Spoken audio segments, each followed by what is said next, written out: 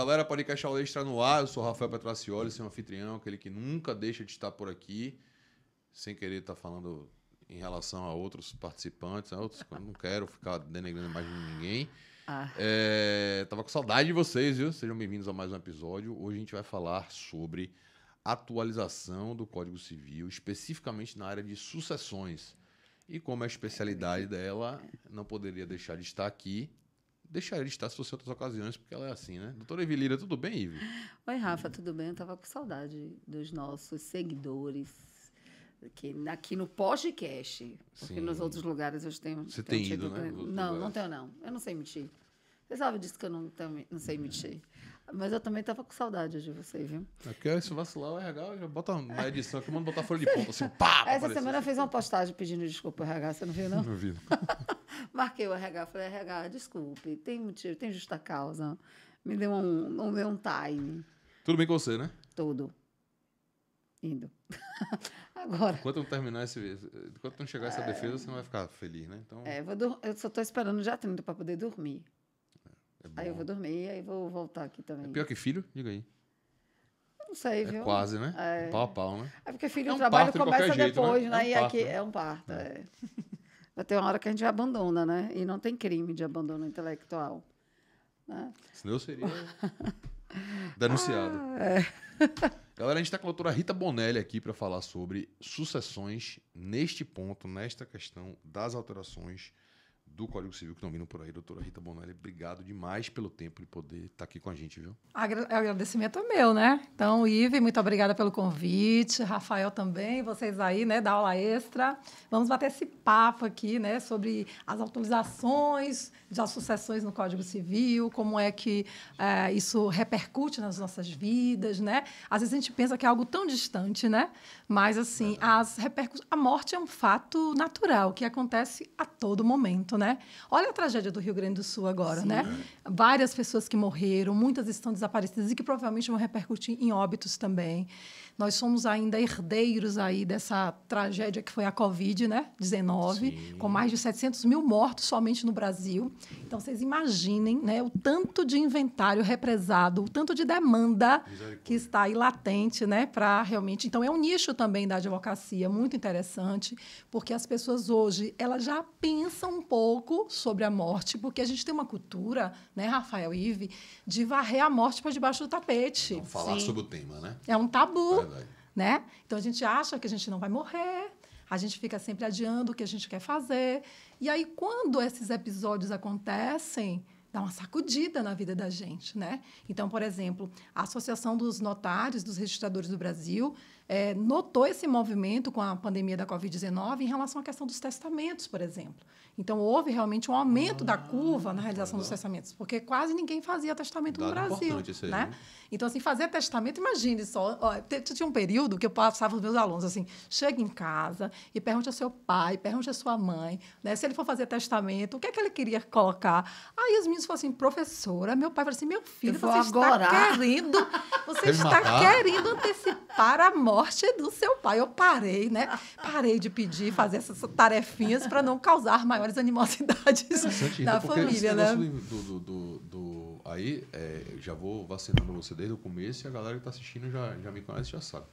Vocês zorram nenhum inventário de sucessões, aqui vai vir ignorância atrás de ignorância. Então, vocês se preparem as duas aí, eu sei que são especialistas.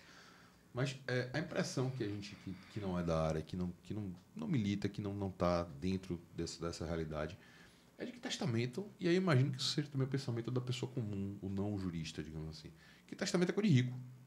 Então, porra, fazer um testamento para deixar meu Corsa 94 para alguém.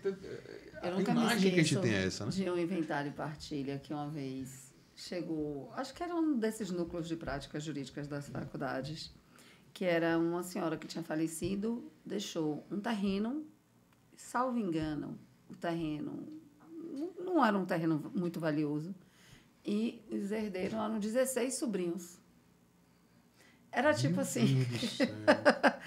E aí, talvez, quando eu vi aquela situação, eu falei assim: olha, veja só, se essa pessoa tivesse feito previamente um testamento, muito provavelmente a situação seria muito mais simplória, seria muito mais fácil de se resolver, porque ela poderia dispor como ela queria, para quem ela queria, da forma que ela queria.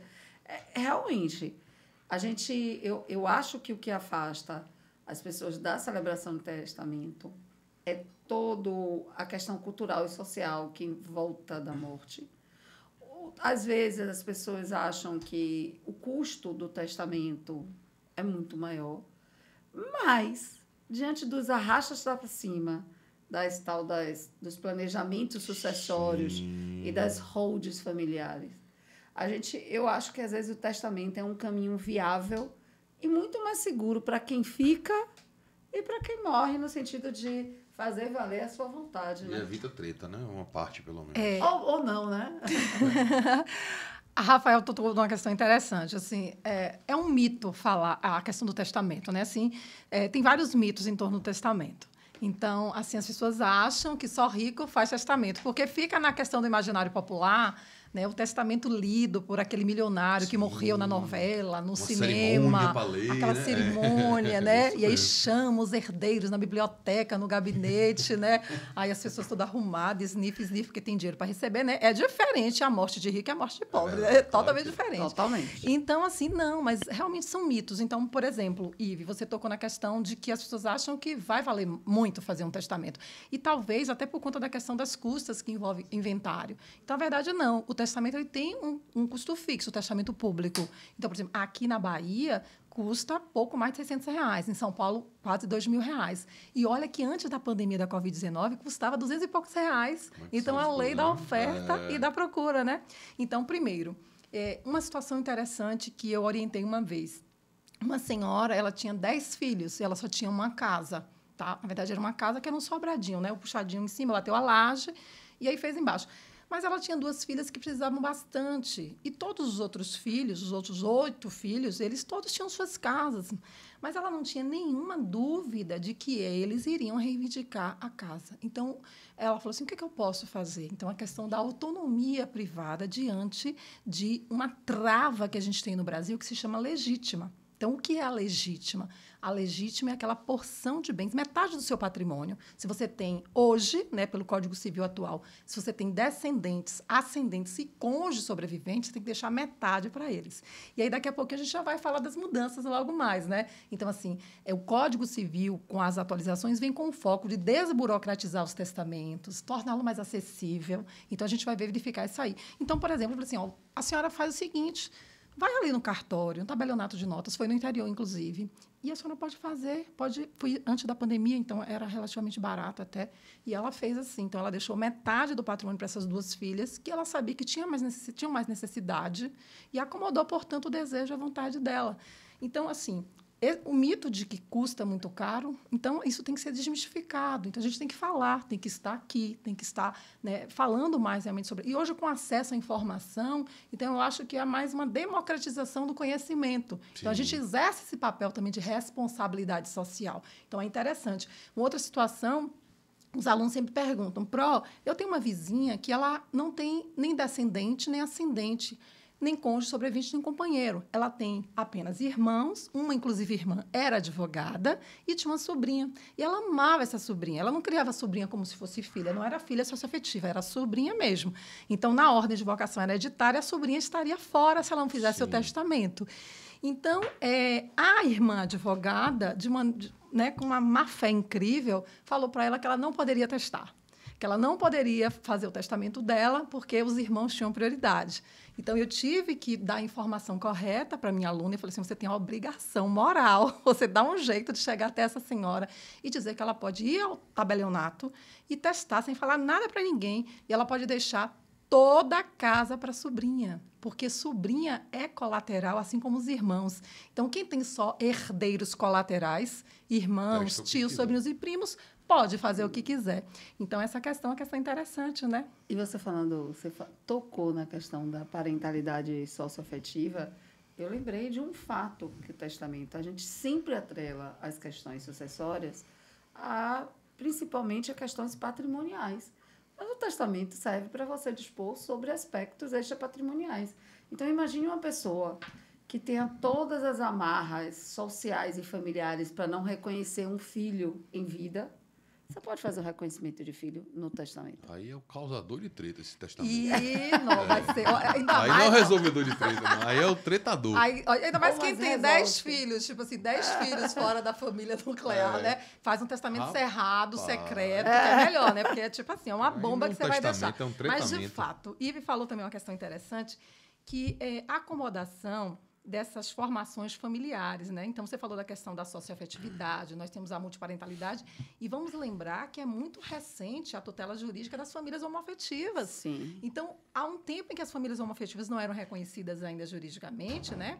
E na lei nem são ainda, né? Não tem o direito, uma lei civil, o casamento civil foi reconhecido por força de uma decisão do Supremo Tribunal Federal. Então, a gente sempre orientava no sentido de que faça seu testamento, utilize, portanto, essa forma de planejamento sucessório para você deixar para o seu companheiro homoafetivo, para a sua companheira homoafetiva, né, determinados bens. Então, isso hoje, ainda bem que não é mais assim, né? Porque houve equiparação das uniões estáveis, tanto heteroafetivas como homoafetivas, ao casamento. Só que essa equiparação não foi total. Exatamente. E aí remanesce, eu sempre falo do caso Gugu Liberato. Sim. O Sim, caso por quê? Gugu Liberato é interessantíssimo. Por quê?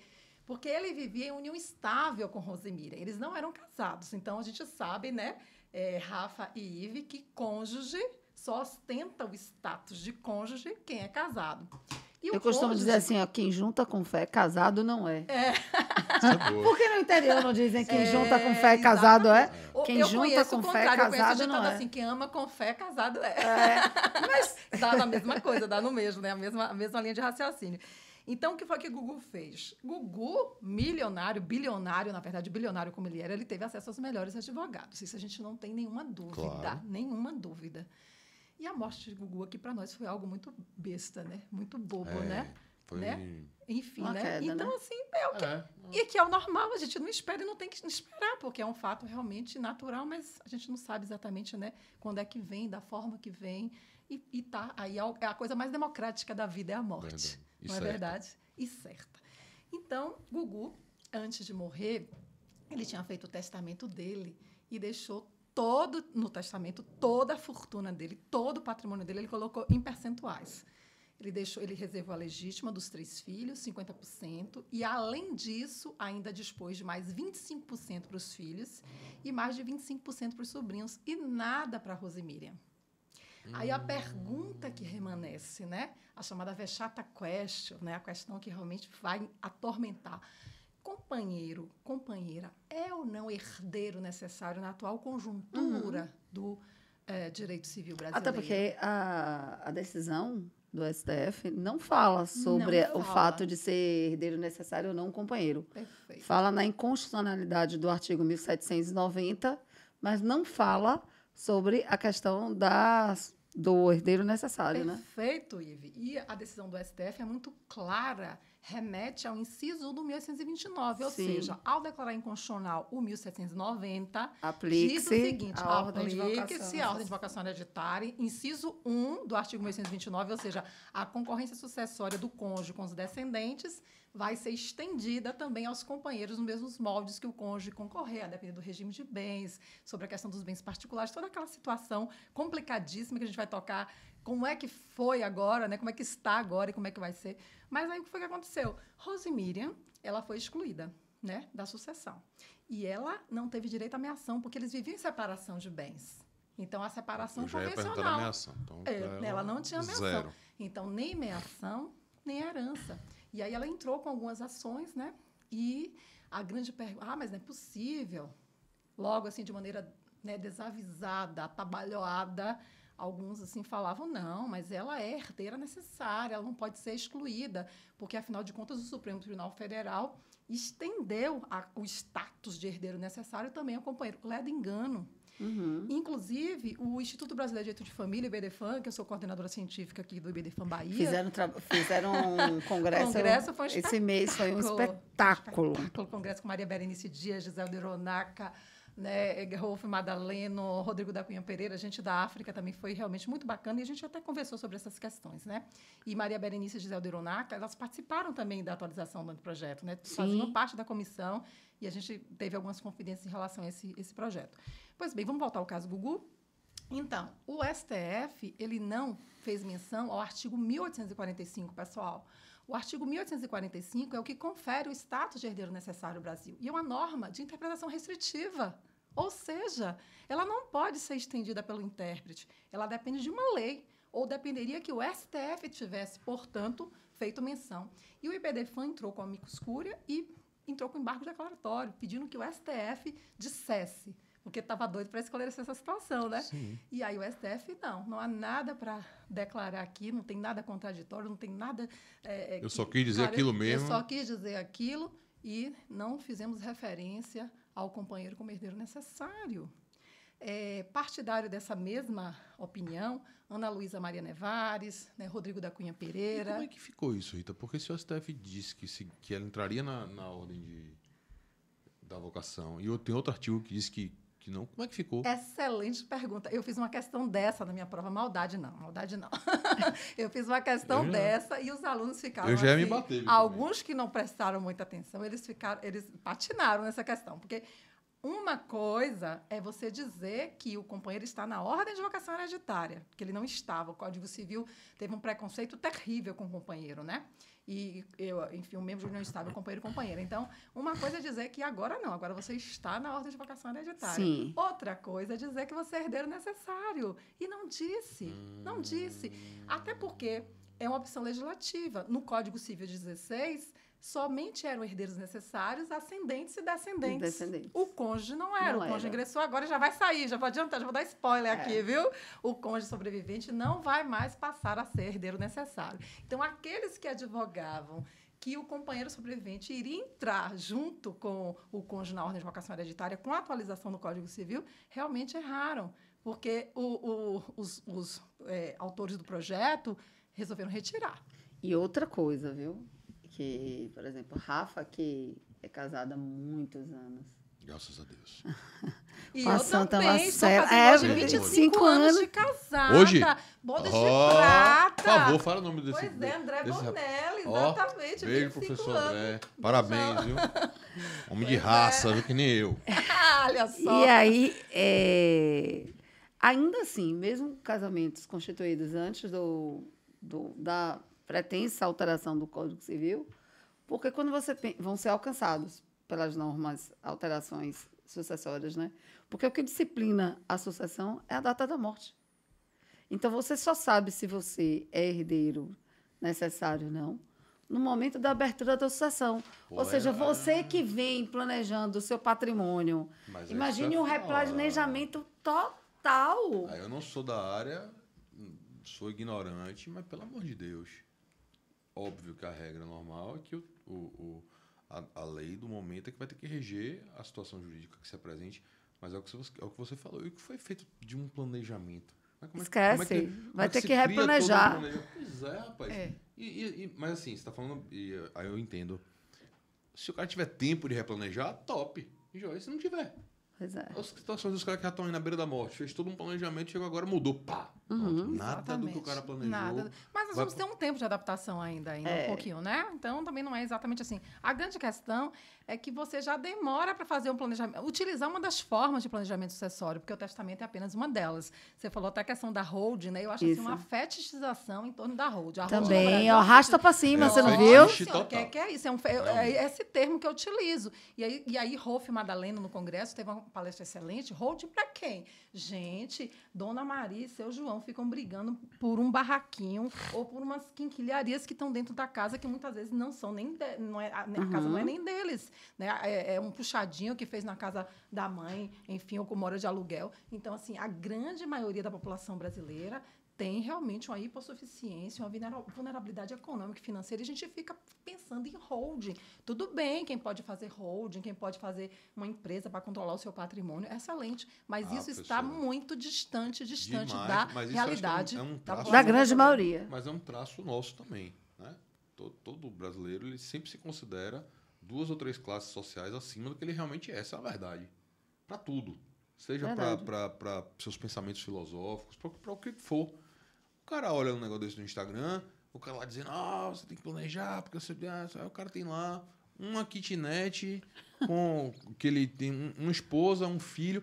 Você não vê uma situação jurídica tenebrosa se colocando, você não vê um problema colocado, mas o cara vê aquela propaganda e fala, eu preciso me proteger. E aí vai gastar mundos e fundos para fazer uma holding que tem custo, e que não tem custo só de implantação, tem um custo de manutenção para gerir um patrimônio muito pequeno que não, e sobre o qual não tem querela, não tem disputa, não tem, pelo menos a priori, né, não tem. Então, nessa área, aquela vez que a gente teve com o Leandro aqui, eu saí...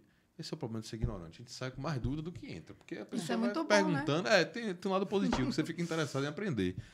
Mas o regramento de sucessão é um negócio... complexo, né? É aquele meme.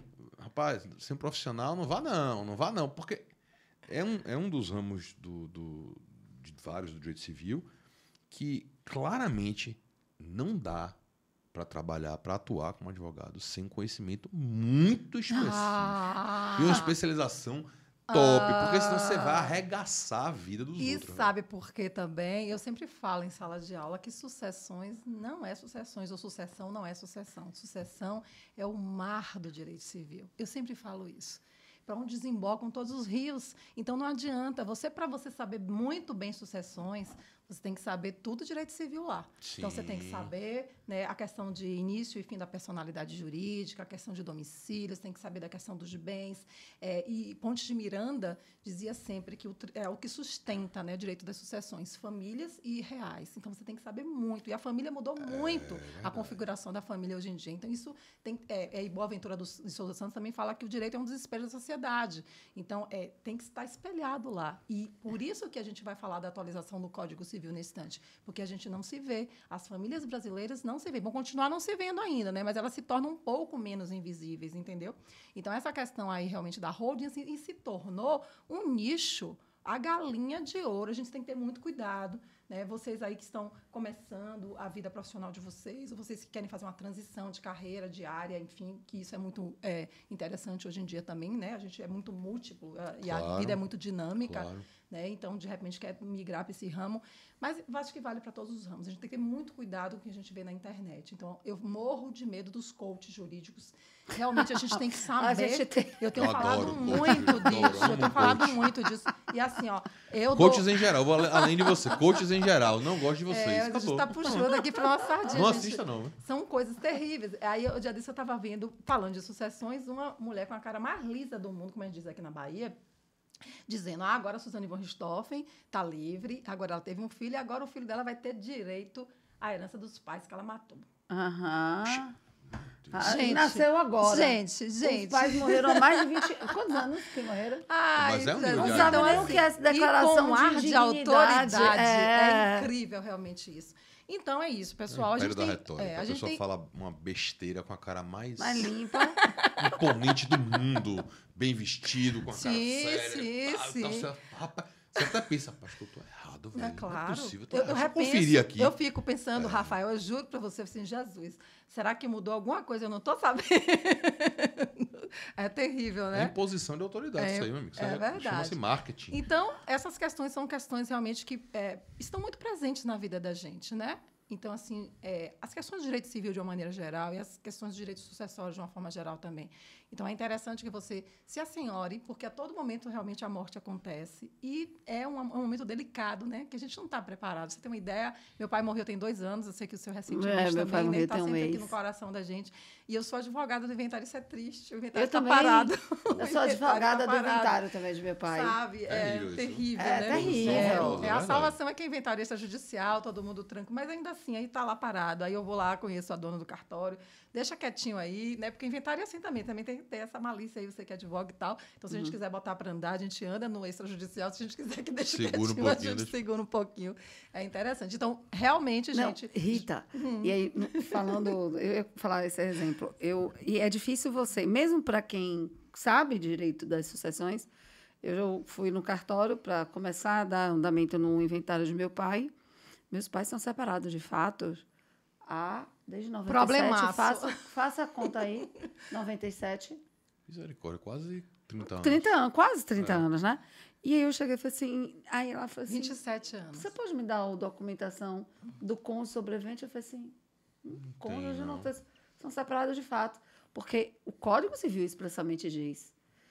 mas... Porque separado de fato há mais de 2 anos... O deixa Código de ser... Civil, a atualização vem expressamente centrando, porque a gente tem súmula, né, da separação de fato, e o Código Civil, a atualização, vem realmente colocando a separação de fato põe fim à sociedade conjugal de uma maneira muito clara, né, para que não tenha efeitos nenhum familiares nem sucessórios. O Estado Civil é um dos requisitos. Aí a pessoa do cartório falou assim, mas na certidão de óbito não constou. Eu falei assim, não existe Estado Civil separado de fato. Então, como é que você bota... Não existe como você botar na certidão a ideia do cartório. De prova. E por que então não entra com um divórcio pós-morte? Eu falei, oi? Sim, divórcio pós-morte. Vem regulamentado agora no Código Civil. Você quer que eu entre com divórcio pós-morte para exercer um direito que já me é garantido? Você não está com ação em curso. Não tem mais. Entende? Estou falando que essas dificuldades aparecem e para a gente cada área. Mas veja, o cartório tem extrajudicial tem essa questão, né? Ao mesmo tempo que ele desafogou o judiciário de uma cacetada de coisa, e ainda bem que isso aconteceu, Sim. Mas ao mesmo tempo há uma rigidez procedimental e interpretativa que é absoluta. Mas eu acho que se é um lugar que respeita esse negócio de interpretação restritiva do direito, é em cartório. É verdade. Os caras olham aquilo ali e falam, não, mas aqui não está escrito. Pera aí, meu filho, mas veja só, não, doutor, não está escrito. E aí você tem um lado bom e um lado ruim, porque de um jeito ou de outro, isso para o seu caso, por exemplo, péssimo, porque você vai participar tem uma nova etapa burocrática, digamos, para ser ultrapassada. Mas, por outro lado, é um nível de segurança jurídica sensacional que a gente encontra em poucos lugares na nossa marcha de vida. Verdade. Né? E tem, para além disso, também a falta de atualização. Porque, embora os cartórios tenham realmente melhorado a olhos nus, mas a gente tem ainda um problema muito sério. E, principalmente, na questão das sucessões, a complexidade da concorrência sucessória dos descendentes com cônjuge e companheiro. E também com ascendente. Então, eu já tive uma questão no cartório, mas foi resolvida com uma conversa, tudo certinho, porque a subtabeliã ela realmente entendia que, como um dos requisitos para o cônjuge ou companheiro concorrer com os descendentes está vinculado à questão do regime de bens, a depender do regime de bens, então ela entendia que a concorrência sucessória do cônjuge com ascendente também estaria vinculada. Não. E aí ela falou assim, doutora, a senhora vai manter isso mesmo na petição? Eu assim, vou. Mas se a Fazenda Pública impugnar, fique tranquila. Pode ficar tranquila, se a Fazenda impugnar, a gente resolve. Porque ela mandava sempre assim, né? Então, a gente vai explicar que a chave é diferente quando a concorrência é com ascendentes, porque é uma certeza, não tem mais vinculação a regime de bens nenhum. E esse é um ponto interessante também, né? O ponto da ordem de vocação hereditária no atual Código Civil e na atualização que foi feita. Então, vamos partir logo para essa atualização. Vamos partir. Porque, vamos lá, vou inaugurar, então. Eu queria começar, professora, com uma pergunta um pouco mais genérica.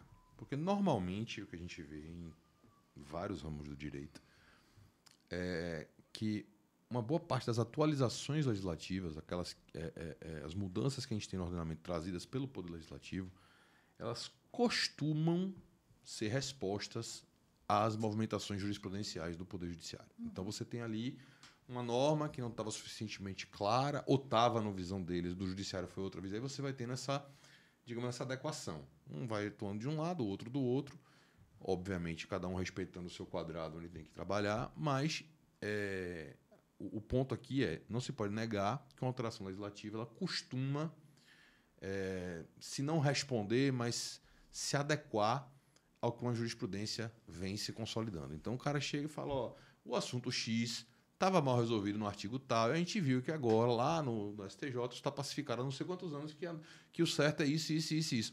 Pô, vamos terminar com essa... Vamos alterar aqui e colocar. Vamos isso, vamos aquilo. Uma parte, isso aí eu estou falando para ramos do direito em geral. Só que aí, meu irmão, quando você vai para família e sucessões, o buraco é muito, muito mais embaixo. Porque tem essa questão jurisprudencial? Claro que tem.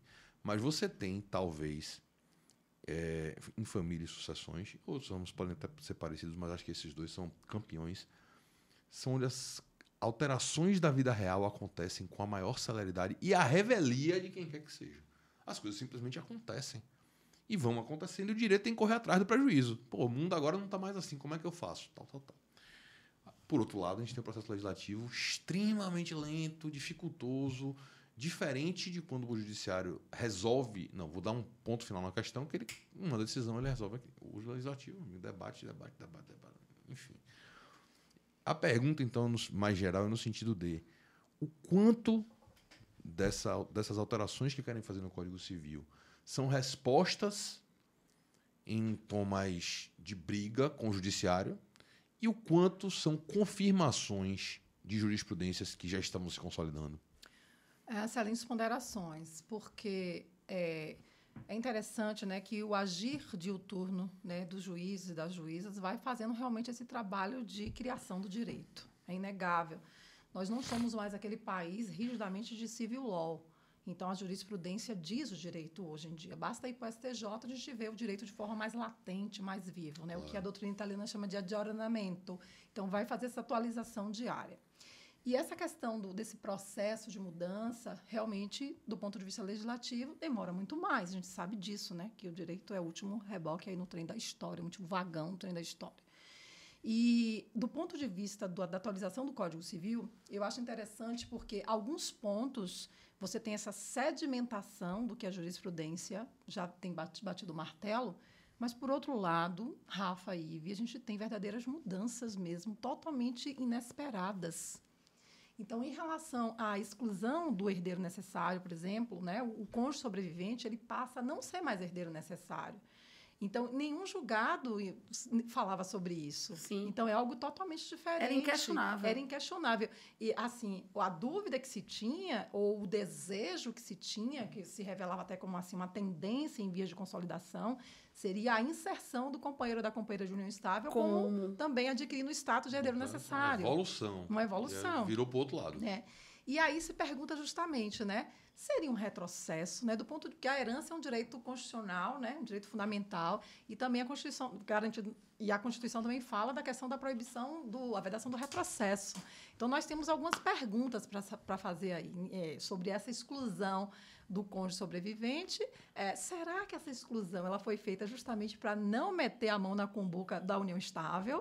Porque se mantivesse o cônjuge sobrevivente, você iria trazer o companheiro sobrevivente também, né? Porque ficaria insustentável, uma vez que a jurisprudência vinha entendendo mais nesse caminho de que o companheiro e a companheira também deveriam ser.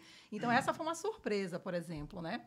Então, assim, contrariou as expectativas em relação a essa questão da inclusão. E a outra surpresa grande também foi justamente a exclusão da concorrência sucessória. Então, assim, uma das grandes dificuldades da sociedade brasileira e da jurisprudência brasileira também era entender, né, de forma realmente fidedigna o porquê da mudança, o porquê do estabelecimento da concorrência. Então, assim, perguntar primeiro, quando o cônjuge sobrevivente concorre, o companheiro também, depois da interpretação extensiva, né, do STF, com os descendentes. Então, assim, essa pergunta é uma pergunta muito difícil. Então, quando concorre, por quê? Porque o nosso Código Civil ele é barroco. Ele traz o artigo 1129, inciso 1, né, na tentativa de proteger, de amparar o cônjuge sobrevivente e também o companheiro em situação de adversidade, que é a morte, mas faz de uma maneira terrível, abominável, porque a redação é péssima, porque é barroca, porque é indireta, porque não diz quando deve concorrer. O intérprete que se vire para saber quando vai concorrer, porque ele fala que os descendentes concorrerão com o cônjuge sobrevivente, né? Não concorrerão, na verdade, se casados na comunhão universal, na separação obrigatória, ou se na comunhão parcial não tiver bens particulares. Ora, e cadê os outros regimes? Cadê a participação final nos aquestos? Cadê a separação convencional? Então, a jurisprudência teve que fazer um longo caminho, porque, inclusive, quando o primeiro recurso chegou no STJ, a ministra Nancy Andrighi era um caso de uma mulher que ela não era mãe dos filhos, ela era madrasta, e ela iria concorrer com esses descendentes. Então, o regime era de separação convencional de bens. Então, a ministra Nancy Andrighi entendeu que se aquele casal escolheu separar os bens em vida, durante o casamento, para não ter meação, por que quando ela morresse, iria ter acesso à herança, né? Só que depois esse entendimento mudou. Então, a posição do STJ é no sentido de que não. Se o legislador não fez diferença, não cabe ao intérprete fazer. né? Então, o que não é proibido está permitido. Então, a separação convencional de bens, você vai concorrer, e na participação final nos aquestos, outro spoiler, que saiu esse famigerado regime. Saiu. Saiu do Código Não, Civil. e você já viu? É interessante, são as próprias fundamentações, argumentações das razões do anteprojeto. E o texto está mais ou menos assim, nesse termo que você falou mesmo. Ó, de uma vez por outra. Já deu. Já deu. Não, aliás, não deu. Se você não entendeu, não precisa entender mais, não. Se você não entendeu, não precisa. Confuso o regime da participação no aquesto. Final dos aquestos. Vai embora. E a questão da separação obrigatória, que já era uma briga terrível na jurisprudência. E a tendência também já era não mais impor para o maior de 70 anos a questão do etarismo, né, contrariar a isonomia, a questão da autonomia. Então, o STF já tinha decidido recentemente, e aí a comissão também resolveu retirar. Né? Agora, então, essa é uma questão interessante que eu não observei. A separação obrigatória, ela desaparece somente na questão etária ou nas outras hipóteses? Porque o regime da separação obrigatória, que a gente mais ouve falar, é em razão da idade. Aquele que casa a partir de 70 anos teria a imposição do regime da não copropriedade de bens, né? Mas a gente tem a hipótese de quando você precisa de autorização judicial, é necessária o regime da separação obrigatória. Quando você casa, diante das causas suspensivas que vão sair também. As causas suspensivas também saem. Então, é dever de casa. Falta a gente pesquisar em relação à questão do menor. Quando o menor precisa de suprimento judicial, a separação obrigatória ainda vai... Eu também confesso, porque são muitos artigos. São mais de 1000 artigos. Outra coisa que eu estou interessada também, que eu esqueci de olhar, tio e sobrinho vão poder casar? Tio e sobrinho, sim, um casamento chamado casamento avuncular. Na verdade, eles já podem casar. Com base no decreto-lei. Com base no decreto-lei 3.200/40. Mas o artigo 1521 proíbe. Mas acontece que você tem que fazer a interpretação sistemática, porque o Código Civil é uma lei geral e tem o decreto que é uma lei especial. Então, você tem que fazer isso aí. E não revogaram expressamente no anteprojeto, não? Não revogaram, não. Eu ainda não vi essa parte aí, mas eu acho que não revogaram. Gente, né? que doideira. Você já pensou casando com a tia? Não o fato em si, não. Eu achei interessante a gente seguir um decreto da década de 40. Sim. E aí, você falou da questão do menor, mas não só do menor. O tio e o sobrinho também, para casar, precisam de exame pré-nupcial e de autorização judicial. Mas aí é que tá. Nós vivemos em uma outra sociedade, né? Daquela sociedade agrária, patrimonialista, patriarcal. A gente está já em processo de transição de mudança. Então, ou deveríamos estar, né? Deveríamos estar, mas estamos. A passos lentos, mas estamos. Então, em algumas coisas a gente avança muito, né? Inclusive, foi inserido um livro sobre direito digital no Código Civil. Nós temos mais um livro agora sobre bens digitais. E em relação a essa questão dos tios e sobrinhos. Dos tios e sobrinhos. Então, por que exigir esse exame antinupcial? Bom, primeiro é a questão da proximidade da carga genética. Né? Quanto mais próximo, maior risco de ter relacionamentos sexuais e ter riscos para a descendência, né? A questão das anomalias, deficiências, enfim. Mas acontece que não há mais razão. Hoje a gente tem casamento homoafetivo. Então, para que fazer exame? Para risco para descendência, se não vai ter descendência, se vai ter se ou é adotado, ou é através de técnicas de reprodução humana assistida. E também o casamento hoje não é mais destinados tão somente à reprodução. Então, se você for pegar livros, manuais de família, né, da década de 30, não sei lá, não. Eu estudei na década de 90, iníciozinho da década de 90, final da década de 80, início da década de 90. Estava lá. Definição: o casamento é destinado à união de duas pessoas de sexos diferentes, destinado à procriação. Então, assim, a gente tem que fazer o que a doutrina italiana manda a gente fazer, o aggiornamento, a atualização. Então, assim, se o casamento não precisa ter filhos, então você não precisa mais fazer. Eu vou fazer a alteração da minha dissertação para botar essa palavra na minha dissertação. Você gostou? Achei bonita. Você achou bonita? Eu vou ainda botar assim, homenagem à professora Rita. Pois é. Petraccioli também, você também. Agora, eu não sei se eu vou conseguir falar com tanta pronúncia. Não, mas esse escrito... Vamos lá, esse escrito é de boa, não precisa, né? Mas você quer ver uma questão interessante? Eu me debrucei no anteprojeto por causa da defesa, realmente. E o meu ponto, a minha querela, como diz Rafa... Amo querela. A minha querela é justamente um artigo de reconhecimento de filiação, que existia no Código de 16, que foi mantido no Código de 2002 e permanece no Código que vem aí, não sei de que ano vai ser lá. No anteprojeto, permanece a mesma restrição para vedar ou mitigar reconhecimento póstumo de filho biológico que não tenha descendente, com a mera presunção de que quem reconhece filho falecido, pai ou mãe, tem intenção, visa apenas o patrimônio do filho. É inacreditável. Então, são Esqueci. várias impropriedades, né? E tipo assim, aí, quando a gente ouve falar assim, olha que legal o anteprojeto evoluindo no sentido de realmente efetivar a despatrimonialização das relações familiares e sucessórias. Sucessórias não, porque é difícil, mas pelo menos as familiares, a gente vê a repetição idêntica, ipsilíteris. E outra questão... 16, 2002 e o anteprojeto. Não mudou nada. Tem algumas questões de filiação que estão mudando, né? Em relação à questão da própria mulher poder declarar a paternidade, né? Então, tem dados estatísticos interessantíssimos, né? Que, assim, entre 2000 e... um período de 5 anos, mais de 100 milhões de crianças foram registradas sem o nome paterno, né? Sem a paternidade. E aí... Mas isso me 500 chocou. por dia. Isso me chocou. Uma das questões que vai ser... Né? Essa vai ser uma novidade. E eu fiquei em implementação dúvida. na prática... Não, né? é porque hoje, por exemplo, quando uma mulher chega para registrar o filho, ela pode registrar sozinha. E se não for casada, ela pode indicar a paternidade, se ela souber dos indícios da identificação do pai. E abre-se um procedimento que se chama, que é reconhecimento oficioso, averiguação oficiosa, que vai se manter, mas ela é prevista na Lei de Investigação de Paternidade, mas ela vai ser aportada no Código Civil com um adendo. Agora, a mãe, chegando para registrar, se ela afirma, declara que conhece a identidade do pai, vai ser registrado no nome do pai, e, a partir daí, o pai tem um ônus de desconstituição do vínculo e o ônus probatório de não ser pai. Inverte-se totalmente a presunção de paternidade. Aí vai se ser já não é assim, encaminhado. deveria ser há muito tempo, porque me parece que é absurdamente mais natural que seja isso. Perfeito. Porra. Você acha? Porra, claro que sim. Porque perceba, você deixa o... Vamos esquecer a questão homem e mulher. Vamos pensar só no menor.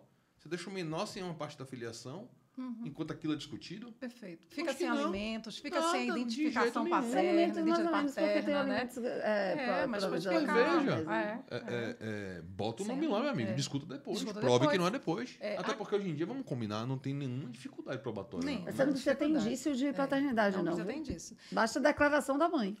Isso pode trazer alguns problemas. Vários!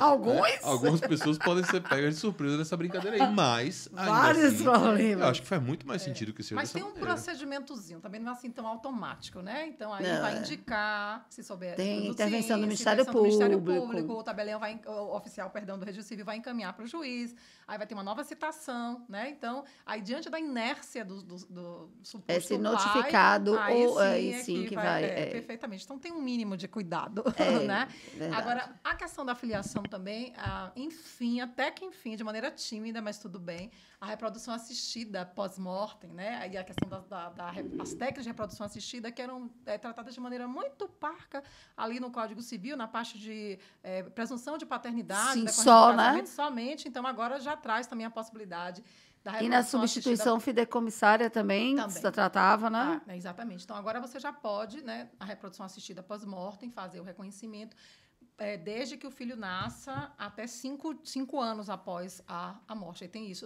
E a tendência da diminuição dos prazos prescricionais para tudo, né? De 10 para 5. Petição de herança e a questão também do direito sucessório.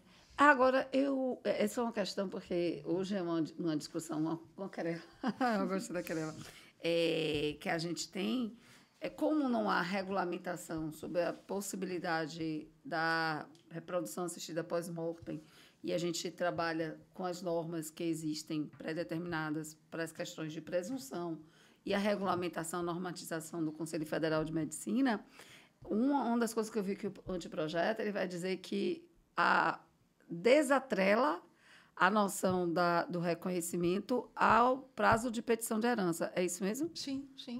Porque é uma discussão, né? Tem gente que quer atrelar e ele vai... Mas de uma forma ou de outra, que acho que vai acabar pareando um pouco, porque o prazo para a petição de herança 10 anos, reduziu para 5. E para também ter direitos sucessórios, só se nascer até 5 anos. Então, acho que acaba sendo um pouco parecido. Mas talvez, o reconhecimento é imprescritível, né? É imprescritível, o reconhecimento é imprescritível. Para ter direitos sucessórios, é de 5 anos. É verdade. Agora, deixa eu Rafael tá assim. Vamos voltar. Eu fico besta com essas coisas. E eu quero ver se eu vou ficar mais besta ainda agora com essa pergunta desse momento. Ok, temos o projeto lá que está em partes confirmando jurisprudência, em partes desdizendo jurisprudência. Foi muito alardeado, e aí, para nós que somos da área jurídica, a formação das comissões, né, a participação de especialistas na criação dessas modificações e pererê, pará, ótimo, maravilhoso. Não conheço todos os grandes nomes do direito civil, mas alguns que eu vi que estavam lá realmente eram pessoas que certamente têm muito a contribuir. A representatividade, né? Estava plural, pelo menos minimamente, né, dava para ter uma noção disso. Mas, no final das contas, essa zorra vai para um congresso que é hoje esse é meu medo. reacionário, extremamente conservador, com vinculações religiosas cujos pensamentos não são progressistas, e a gente vai ter lá essa votação. Então, mas veio dos especialistas, tá, meu amigo. Os especialistas podem ir lá com a melhor das intenções do mundo, com toda a boa-fé do universo, mas, no final das contas, quem vai alterar aquele texto para cima ou para baixo são os próprios deputados, são os próprios senadores. E, com essa formação de Congresso atual, não vejo um cenário nada bacana para pensar em movimentos progressistas para o direito civil, principalmente em qualquer coisa que toque no assunto, no mega grupo costumes.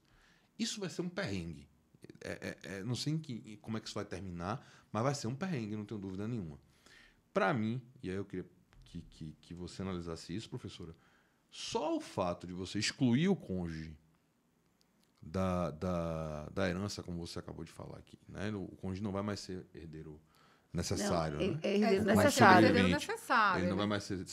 Só isso, para mim, já é um indício de que uma visão mais conservadora, mais patrimonialista, menos progressista em relação às outras coisas que estavam acontecendo dentro do direito civil vivo, digamos assim, o daqui da vida real, do judiciário e do dia a dia, só essa alteração já mostra que algumas coisas piores ainda podem vir também. Eu queria que você me dissesse a sua expectativa. Tá bom. Eu acho interessante essa questão da pauta de costumes, né, da sociedade brasileira, né? Então, assim, a gente lutou tanto, né, por emancipação da mulher, né, um mínimo de equidade, de paridade nessas questões de gênero. E aí eu estava conversando com Maria Berenice Dias, né, que foi da comissão, e a preocupação dela realmente é essa, né? Tanto que na própria comissão do anteprojeto, determinados temas foram realmente, assim, entre aspas, censurados, porque falou assim, não, vai ser complicado a gente enfrentar essa questão aqui no momento. Exemplo, as famílias simultâneas. As famílias poliafetivas, porque vamos combinar, desde que o Brasil é Brasil, a gente conhece alguém que tem 2 famílias, às vezes 3 famílias, né?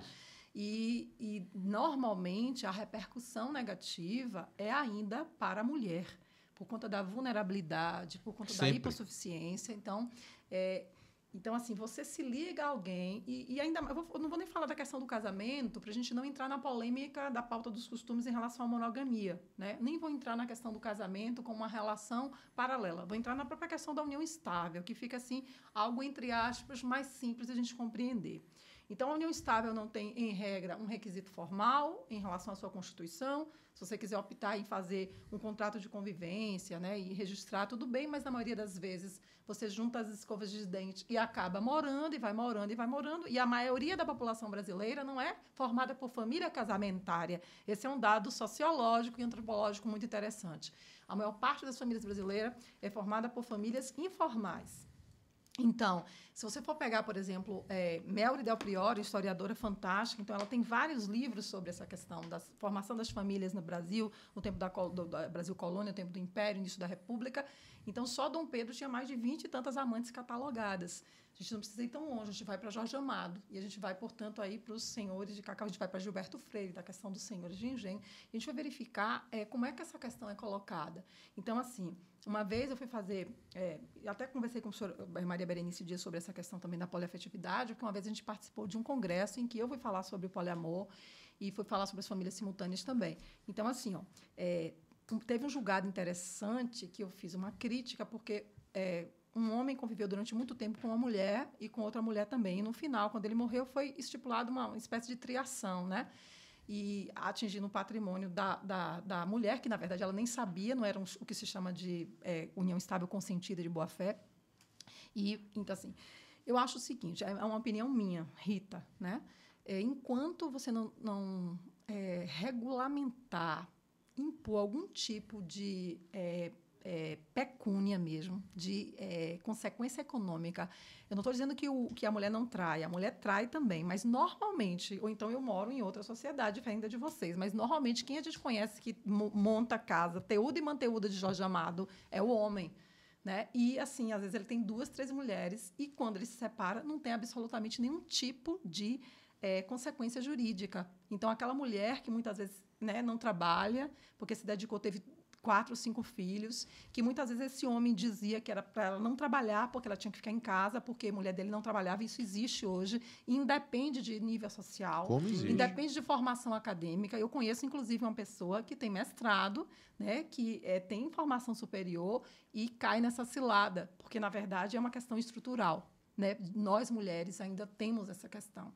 E aí tem a questão emocional, afetiva, e muitas vezes você sofre uma violência psicológica, né? Você sofre violência financeira e você não consegue, muitas vezes, se desligar daquele vínculo. E aí, quando termina, você não tem direito a nada. Isso é cruel e realmente expõe, e assim, de uma maneira muito realmente, né, sensível à vulnerabilidade das mulheres. Em alguns pontos, o Código Civil do projeto, né, o projeto do Código Civil, tocou na questão das vulnerabilidades. Porque chega a falar, por exemplo, do ponto de vista sucessório, que você pode ser excluído da sucessão por indignidade ou deserdação se você sofreu violência psicológica, por exemplo, se você sofreu violência doméstica. Então, aí, nesse particular, já é um grande avanço. Do ponto de vista do direito real de habitação, que é um instituto que eu sempre falo assim, que é uma tempestade de interesses opostos, eu acho assim, é muito complicado, no caso concreto, você otimizar, equalizar aqueles interesses que estão ali, porque muitas vezes você não tem nem direito à meação daquela casa que o casal residia, nem tem muitas vezes direito à herança, e você vai ter que você vai ficar naquele imóvel, principalmente quando você não é mãe nem pai dos filhos. Sim. E muitas vezes a herança é dos filhos, a propriedade toda é dos filhos, a casa toda é dos filhos. E aí, quando você tem, por exemplo, um filho deficiente, que morava com a avó ou morava na mesma casa com o pai, que era o único que tinha um cuidado, a questão da ética do cuidado e a responsabilidade pelo cuidado, aparece muito, Ive, na questão de família, do livro de família. Eu acho interessantíssimo isso. Acaba, por exemplo, a terminologia, né? Porque a linguagem é muito importante. Muito importante. Então, assim, é uma questão de afirmação também, né? Então, desaparece o termo guarda, o termo visita. Eu não sou objeto para meu pai me guardar. Meu pai não é um estranho, minha mãe não é estranha. Por que ele vai me visitar? Então, essas questões, elas são realmente importantes, né? Para, assim, tentar forçar. Não é só uma mudança terminológica. É uma mudança de atitude, de comportamento na sociedade. Então, assim, eu acho interessante demais, Rafael, você colocar aí, porque em alguns pontos realmente parece que é um retrocesso. De fato, eu também não concordo como a concorrência sucessória do cônjuge sobrevivente foi posta no Código Civil. A outra advocação hereditária vai continuar mesmo? Não, ela vai voltar tudo como dantes na terra de Abrantes. Volta como o Código Civil 16 era. O cônjuge, depois do colateral? Sim, perdão, não, depois do colateral não. Aí a gente vai para as relações filipinas, vai para o Código Civil 16. Tá. Olha, lembrei agora de Cristiano Chaves, né, de saudosa memória. Uma vez a gente foi fazer um seminário E, assim, nas ordenações filipinas era exatamente assim, né? Descendentes, ascendentes, colaterais até o 10º grau. Misericórdia. E se você me perguntar quem é meu colateral até 6º grau, eu já não sei. Não sei. E depois é que vinha um cônjuge, né? Então, isso é uma questão ideológica, porque direito à ideologia é poder, né? E aí, Cristiano falou assim, Ritinha, você já imaginou se fosse aqui na Bahia, que todo mundo é uma intimidade, e aí meu papá, minha tia, meu tio, se não tivesse Joaquim um parente, um colateral, hoje, ia arranjar... abre aqui picolé pra mim, eu fico... É assim, né? Então, ia arranjar um colateral. Então, assim, claro que a gente não vai para a época das ordenações, mas vai voltar exatamente como estava no Código Civil Concorrendo, de 16. cônjuge concorrendo não com colateral. Não tem concorrência mais. Descendentes, se não tiver descendentes, passa para os ascendentes. Se não tiver ascendentes, aí vem cônjuge ou companheiro. Se não tiver cônjuge ou companheiro, aí passa para os colaterais até o 4º grau. Acabou qualquer concorrência? Acabou. Agora não tudo nada, Acabou. Tudo não tem nada. mais concorrência, não tem mais concorrência. Volta a tradição da ordem de vocação hereditária ser excludente sucessiva. Só ingressa um herdeiro de uma classe posterior se esgotar herdeiro da classe anterior. E aí, Não eu vou tem te dizer mais. uma coisa. O regime de bens nunca se tornou tão importante Perfeitamente. a escolha como a partir de agora. Como a Mas partir de veja, agora. não posso nem dizer que eu sou contra ou a favor de nada aqui, porque eu não sou do mentir, mas me parece uma simplificação interessante essa forma de tratar a ordem. No sentido de você facilitar o trato. Não estou dizendo que é bom ou que é ruim, pelo amor de Deus. Falando assim, agora, você não tem concorrência, de um jeito ou de outro, você já facilita a sucessão em a algum norma nível. vai ficar muito mais simples, né? Em algum nível. Os Só que alunos vão amar. É isso. E aí, eu tô aqui. E aí, só que você vai jogar esse pepino para o que você falou agora, né? O jogo valendo vai ser na decisão do regime de bens. de comunhão de bens, né? E aí... Ou exclusão de bens, né? Separação de bens. Pois é. E aí? Pois é. Aí outro detalhe, né? Porque me parece que vem uma carga do exercício da autonomia da vontade muito mais forte nas relações familiares. As vontades negociais vão valer mais do que valem hoje, entendeu? Vão Muito passar bem. até algum valor. É exatamente isso, Ive. Inclusive, Mário Delgado... Eu passei na prova, tá? Imagine, Com moral. que é isso. Eu não vou nem tentar. Inclusive, Mário Delgado, que é o subrelator da Comissão de Sucessões, né, um nome proeminente no direito sucessório brasileiro, ele fala justamente isso. Ele fala que... Engraçado, né? Que aí tem as brigas agora, né, assim, de autores que falam que o cônjuge era um supercônjuge, agora vai passar a ser um minicônjuge, e aí autores que entendem que não, que o minicônjuge é um mito, que isso, na verdade, nunca existiu. Não vou citar nomes para não ser deselegante, mas quem estuda aí sabe, né? Então, Mário Delgado, o subrelator da Comissão de Sucessões, ele diz que essa questão da concorrência sucessória do cônjuge é um produto de uma sociedade logo pós-divórcio, pré-divórcio, na verdade. O divórcio é muito recente. Eu já era nascida, já 77, estava andando, eu também. brincando, já estava frequentando a escola em 77, eu sou de 71. Eu sou de 74. O divórcio é de 77. Então, o que é que prevalecia? O que Deus uniu, o homem não separa. Era a mesma lógica da igreja, né, que dominou durante muito tempo, influenciou a edição das normas do direito de família brasileiro. Então, era exatamente isso. Então, assim, você tinha aquela questão da valorização extrema do cônjuge, porque muitas vezes ficava naquele casamento até morrendo junto, porque não podia separar. Né? Então, tinha toda uma questão de... não só questão de conveniências, mas questão da sociedade mesmo, de rejeição, de preconceito por alguém que era largado do marido, somente a mulher. Ave Maria, não é? Nossa Senhora. Então, é isso. Então, ele entende, no dizer dele, ele entende que é mais esse fruto dessa herança. E que agora a gente vive em uma outra sociedade, uma sociedade dinâmica, as monogamias sucessivas. Aí eu sempre brinco nas aulas, né? Fábio, Júnior e Gretchen, que eu diga. Porque haja casamento. Então, é um casamento atrás do outro. E aí você precisa ter esse dinamismo e essa autonomia também, né? E aí, o que vai ser interessante, você fala da questão da escolha do regime de bens como forma de planejamento sucessório, sem sombra de dúvida. E a questão do próprio planejamento sucessório também. Vai ficar muito, muito mesmo procurado, né? Porque agora você diminui a participação do cônjuge, do companheiro, e aí você vai buscar outros mecanismos para tentar compensar. Então, você vai buscar a questão da doação em vida, você vai buscar, né, porque a doação em vida, usufruto, enfim, outros mecanismos de planejamento sucessório, contratos paraconjugais, para você tentar é interessante você falar em autonomia da vontade na estrutura familiar, que você parte do pressuposto que existe uma isonomia entre os pares. E a gente sabe que não é a realidade né, que a gente tem, principalmente na questão de gênero. Então, assim, não sei como isso vai reverberar, porque a gente ainda tem uma disparidade fática muito forte. E você só é livre para decidir se você está no mesmo patamar. Perfeito. Então, é difícil eu decidir sobre patrimônio. Eu nunca me esqueço. Eu não vou citar nomes, mas a pessoa que assistir esse podcast com certeza vai se identificar.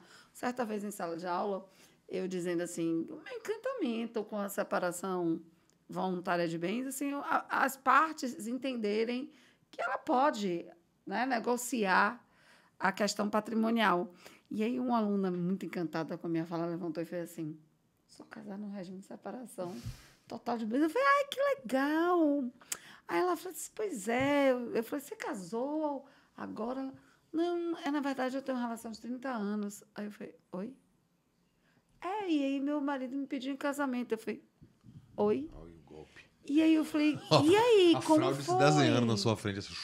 Exatamente. Então, assim, ela não era tão livre assim para decidir, porque ela não, além dela não entender, ela sentiu uma falsa liberdade na ideia dela de ser mulher que estava com acesso à informação, depois de 30 anos, casando. E aí eu só fiz uma pergunta a ela, você converteu ou você casou?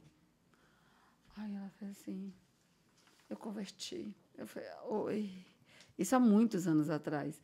E isso foi um choque de realidade para mim, no sentido, nem todas as pessoas são realmente livres no momento da escolha do regime de bens. Mas nesse momento que modificações legislativas como essa podem trazer travas de proteção para essas partes que são hipossuficientes, digamos assim, em qualquer sentido, econômico, emocional, sociológico. Eu fiquei super assim, empolgada quando a Rita falou, ela usou um termo que há muito tempo os civilistas mais estudiosos e tal vinham tentando atrelar nas relações sucessórias e que era extremamente difíceis.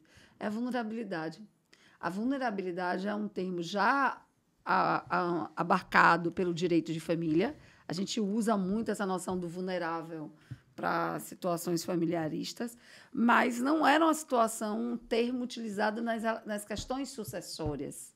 E você pensar na questão sucessória como reflexo dessas relações familiaristas e da própria condição humana, né? É importantíssimo. Então, assim, há alguns anos, você começava, né? Roxana mesmo falava muito da questão da vulnerabilidade na questão sucessória, e você abarcar, você usou esse termo vulnerabilidade, eu não estou toda. É muito interessante isso. E o projeto do Código, ele vem firme em alguns momentos falando dessa questão da vulnerabilidade. Só que isso aí vai repercutir no Poder Judiciário como mais um motivo de litígios ainda, porque a vulnerabilidade é um conceito jurídico indeterminado, fluido, aberto, de uma vagueza incrível. Então, no caso concreto, você vai verificar.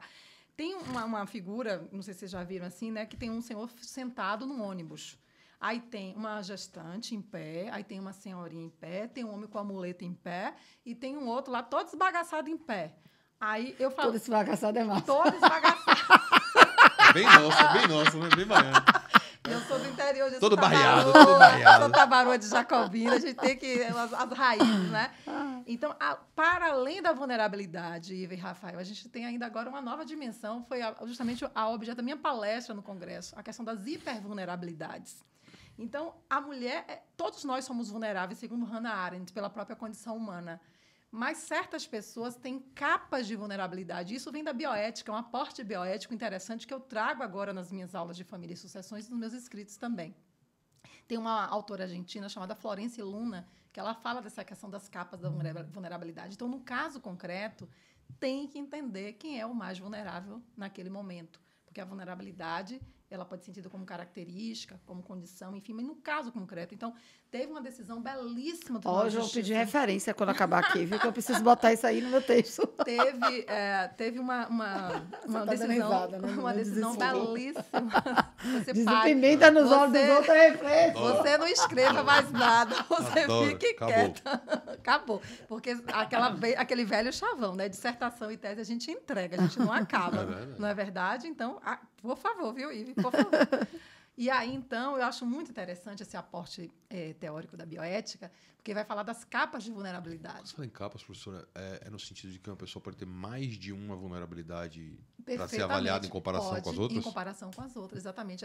São as vulnerabilidades acopladas. Então, eu sou mulher, sou vulnerável. Só pelo fato de ser mulher, a gente não precisa nem explicar isso. Sim, isso é um claro. fato notório na sociedade. Eu sou deficiente, eu sou vulnerável. Eu sou idosa, eu sou vulnerável. Interessante que o direito do consumidor, há muito tempo, já utiliza a noção de hipervulnerabilidade. Cláudia Lima Marques gosta muito de falar, Bruno Miragem, eles falam muito em hipervulnerabilidade. E aí a gente traz agora esse conceito de hipervulnerabilidade também para a família e para as sucessões. Então, teve um caso interessantíssimo lá no Rio Grande do Sul, de uma mulher que era madrasta, portanto, não era mãe do filho do falecido marido, e ela morava na casa, né? Era a única casa que tinha. O menino morava lá também. Eles não se davam bem. Eles tinham um grau de animosidade deflagrada durante anos, terrível. Então, todos testemunharam em relação a isso, a questão dos parentes, dos vizinhos, e o menino era deficiente físico, né? E... perdão, deficiente físico não, ele tinha uma deficiência mental mesmo. Ele era portador de uma deficiência mental, né? De média para grave. E só o pai que acalmava e tal, ele ficava muito nervoso com a madrasta e, enfim, algumas situações que ocorreram. Beleza. Então, o homem morre. A única casa que tem, o único patrimônio, o único bem da herança, o apartamento onde eles moravam, lá no Rio Grande do Sul. Pela letra fria da lei... Direito real de habitação ao cônjuge sobrevivente. Habitação ao cônjuge sobrevivente, que vai mudar agora no Código Civil, no projeto que já traz as lentes das vulnerabilidades, que eu acho interessante. Então, o que foi que o Tribunal de Justiça do Rio Grande do Sul fez? Ainda descobriu que essa mulher ela tinha uma casa no programa Minha Casa Minha Vida, que ela alugava. Então, de maneira magistral, utilizando a equidade, justiça no caso concreto, foi decidido que quem deveria realmente ficar na casa era o menino. Então, foi uma decisão enaltecendo as capas de vulnerabilidade. Naquele caso concreto, né?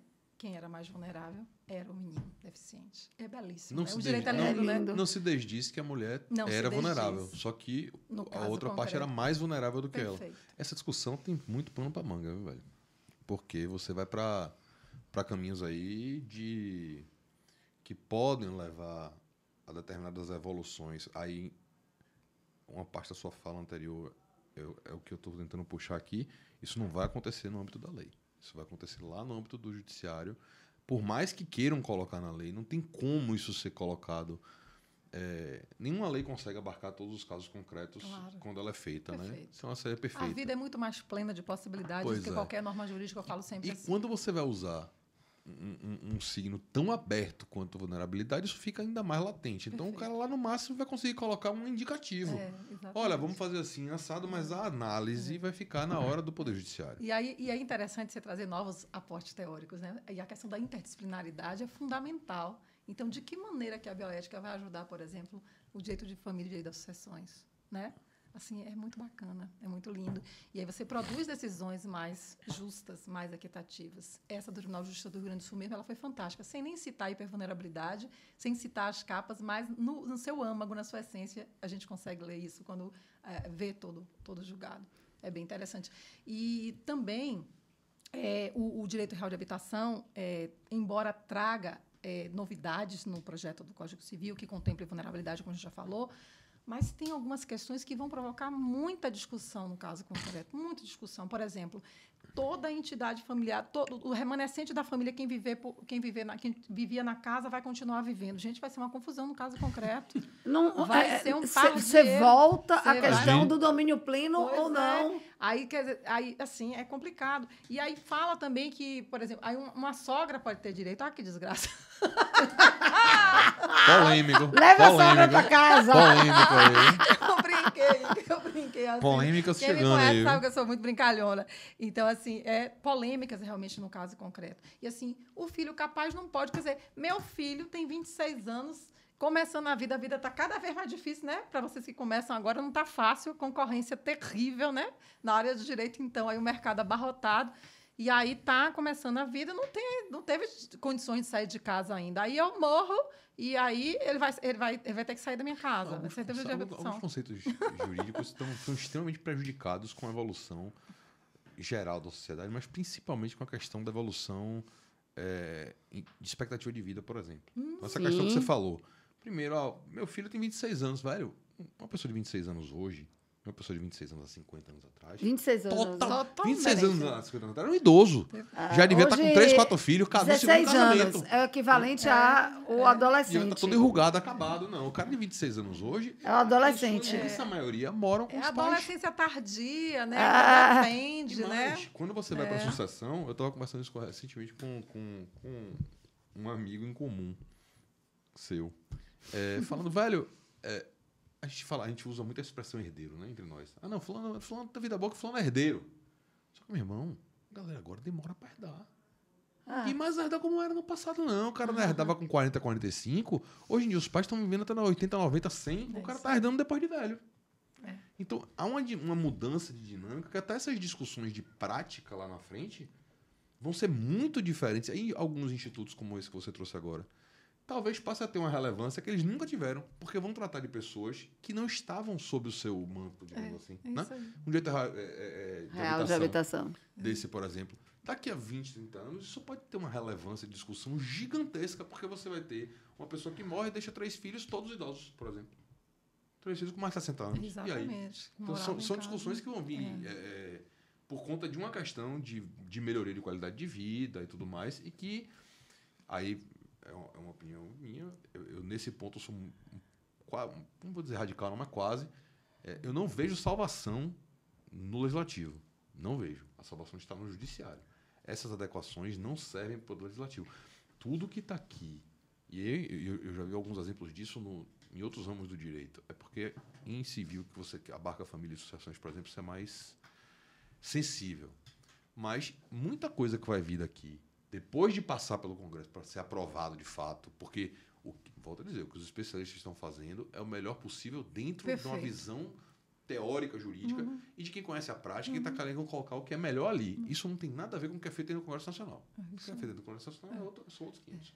O que vai sair do Congresso? A gente não sabe. Não faz a menor ideia ainda. Não faz a menor ideia. Eu tenho muito medo. Pode vir muita coisa contrária ao que está aí. Claro. Mas a gente tem uma certeza. O judiciário já tem pensamento muito mais evoluído em todas essas questões. Então, há algum fio de esperança. Quando a gente fala da questão da união homoafetiva, por exemplo, quem teve que meter o dedo na frente foi o CNJ. Lembra? Quem disse, não, pode fazer no cartório. O CNJ chegou lá e falou, vou botar o dedo nessa ferida aqui, já que ninguém quer colocar, e vou resolver. E estamos falando aqui de um órgão que, em tese, nem faz parte do sistema judicial.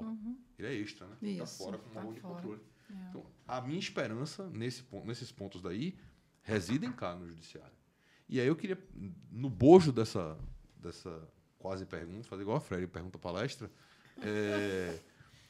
teve alguma coisa, professora, que você bateu o olho assim e falou, isso aqui é inconstitucional até a alma ou não? Por estar vindo de especialistas e tal, você acha que a gente já saiu um pouco vacinado nesse anteprojeto? Nossa, que pergunta. Vamos lá. Não, eu não vi algo assim gritante. Não vi nada assim gritante do ponto de vista da inconstitucionalidade. A comissão realmente é uma comissão de notáveis, né? E aí a gente tem que saudar aí. Claro, eles não estão. Barbaridade louca lá, eles não né? estão na comissão de família e sucessões, mas assim, né? Quer dizer, de sucessões, né? Pablo Stoso e Edivaldo Brito, a gente podia falar, deixar de citar os nossos grandes professores, né? Conterrâneos, nossa gente, né? Aí fazendo juiz aí Orlando Gomes, Rui Barbosa, Teixeira de Freitas, então Calmon de Passos. Então a gente tem que realmente louvar, porque essas pessoas estão lá e assim atentas. É porque é muita coisa, gente. São mais de 1000 artigos, sabe?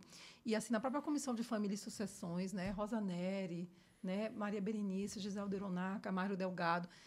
É porque às vezes, isso aconteceu na redação do Código Civil 16, na redação do Código Civil de 2002. Nós, repita, se a gente não tem um novo código, não será um novo código, é uma reforma, é uma atualização, é quase um novo código, mas não é um novo código. Então, assim, muita preocupação, mas assim, tem a questão das ideologias também, né? Então, assim, não vai dar para dizer o novo código. Um novo, mas assim, tem algumas impropriedades. Impropriedades, a gente acho que deve, né, fazer crítica, louvar o que tem que ser louvado. Lógico. Mas, assim, temos algumas impropriedades, sim. Do ponto de vista sucessório, o que me chamou a atenção é a continuidade da taxatividade das causas de exclusão por indignidade e deserdação. Novas causas vieram. Então, a questão do abandono afetivo, por exemplo, a questão da violência psicológica, a violência doméstica, louvável, realmente muito interessante. Mas, assim, não dá para prever todas as maldades humanas. Não dá. Não dá para prever todas as possibilidades, né, que me fariam querer afastar um descendente, um ascendente, enfim. A lei é muito pouca para isso, é muito rasa para isso, né? Então, assim, entendo que como uma vez, vamos aqui raciocinar com premissas, né? Então, uma vez que a indignidade e a deserdação, elas têm que passar pelo crivo judicial, sentença judicial, seja de forma automática, como agora é novidade, né, do ponto de vista do homicídio doloso, se for condenado, já exclui automaticamente, não tem que ter mais ação de exclusão por indignidade. Inclusive, acabou também a causa de crime contra a honra, não vai mais vir. Mas, assim, eu acho que, no caso concreto, né, a juíza de sucessões, o juiz de sucessões, teria condições de avaliar, no caso concreto, se seria realmente causa. Eu sou contra a questão da taxatividade, porque realmente a vida é muito, muito, muito mais plena de possibilidade do que interessante. E, assim, você também agora, se você for excluído por indignidade, você perde direito ao seguro de vida, por exemplo, né? Valores previdenciários. E deve permanecer também a alteração recente, que é automática, né? A condenação penal produz efeitos automáticos no direito civil. Porque foi uma alteração super recente, né? Muito recente. Passado. A questão de taxatividade, em vários ramos do direito, e eu gosto de falar mal demais do Poder Legislativo, mas é porque normalmente existem algumas regrinhas que não são formais, você percebe que são seguidas à risca pelos legisladores brasileiros, de técnicas, né? Taxatividade, em tese, você deveria utilizar quando você precisa localizar e isolar um problema, né? Então, você chega e fala, olha, como, sei lá, cassação de direitos políticos. Porra, a gente veio de um regime antidemocrático. Eu aí preciso causaria uma insegurança isso, jurídica muito grande se você não tivesse essa fechado, aí essa você clausura, ali, né? Quando você quer proteger, na verdade. Perfeito. Mas quando você, na lógica do que você falou aí, deveria ser o oposto. Você não deveria ter nenhuma taxação. Exatamente. Olha, você criar algum conceito um pouco mais aberto e abstrato, utilizando palavras propositadamente vagas, para você, de fato, colocar no colo do juiz. Isso. Fala, meu amigo, isso aqui... Maldades em geral. Pronto, ó, juiz, está aqui no seu colo. Mais ou menos. Quando tiverem maldades em geral, Perfeito. você vai declarar dessa maneira. É interessante. E dentro de família e sucessões também, mas família também, parece que isso deveria acontecer com uma frequência maior. Né? Quanto mais aberto, melhor. É maior, porque assim, em relação à deserdação, por exemplo, né, que só pode ser feita através de testamento. O testamento é uma testemunha das nossas emoções. Então, a gente, né, e que varia muito, né, nos nossos desejos, enfim. Eu já sou contra a questão da legítima, né, a partir daí. Agora, até como está no projeto aí, vai haver uma autonomia maior do titular do patrimônio em relação... Como? Me conte aí. Eu também sou contra a legítima, eu não sou estudioso não, mas eu acho uma ideia absurda você não dispor o que você também, eu não construiu. gosto não, porque assim, ao invés de a gente criar filho, a gente cria herdeiro. E aí fica, isso é meu, isso é aquilo. Eu tive em casos assim, terríveis, né, abomináveis, de um cidadão me procurar porque disse que estava preocupado. Ele era meu aluno, viu? Era meu aluno de sucessões. Estava preocupado, ele tinha 22 anos, a criatura, porque os pais dele tinham se aposentado e estavam gastando toda a herança dele porque eles estavam viajando demais. Eu olhei para ele e falei assim, você pode morrer antes dos seus pais, você não sabia disso não, e você não sabia que não pode herança de pessoa.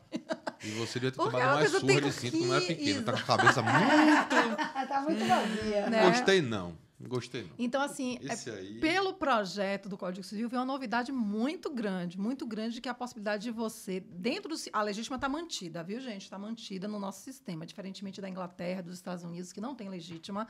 E aí uma questão interessante, eu gosto sempre de ver a questão da história, formação cultural, que isso vai influenciar diretamente a elaboração dos nossos sistemas. E aí, nós somos um país de tradição cristã, né, católica, enfim. Então, é mais fácil, né, um camelo passar por um buraco de uma agulha do que um rico encontrar o reino dos céus, né?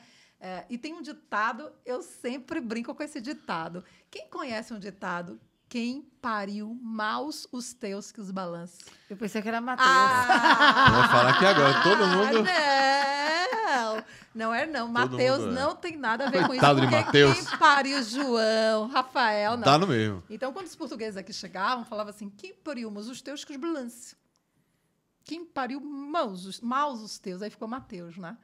Porque, na verdade, o nosso sistema é construído assim, a questão da solidariedade, né? Então, se você tem um mínimo de patrimônio, 50% do patrimônio deixa para eles, porque senão vai sobrar também para o Estado. Então, a questão da solidariedade cristã, que é ver para a solidariedade jurídica, na Inglaterra e nos Estados Unidos, de cunho protestante, é uma glória ter patrimônio. Não tem pecado nenhum. Sim. Não tem nada disso. E você faz o que você quiser com o seu patrimônio. Tá?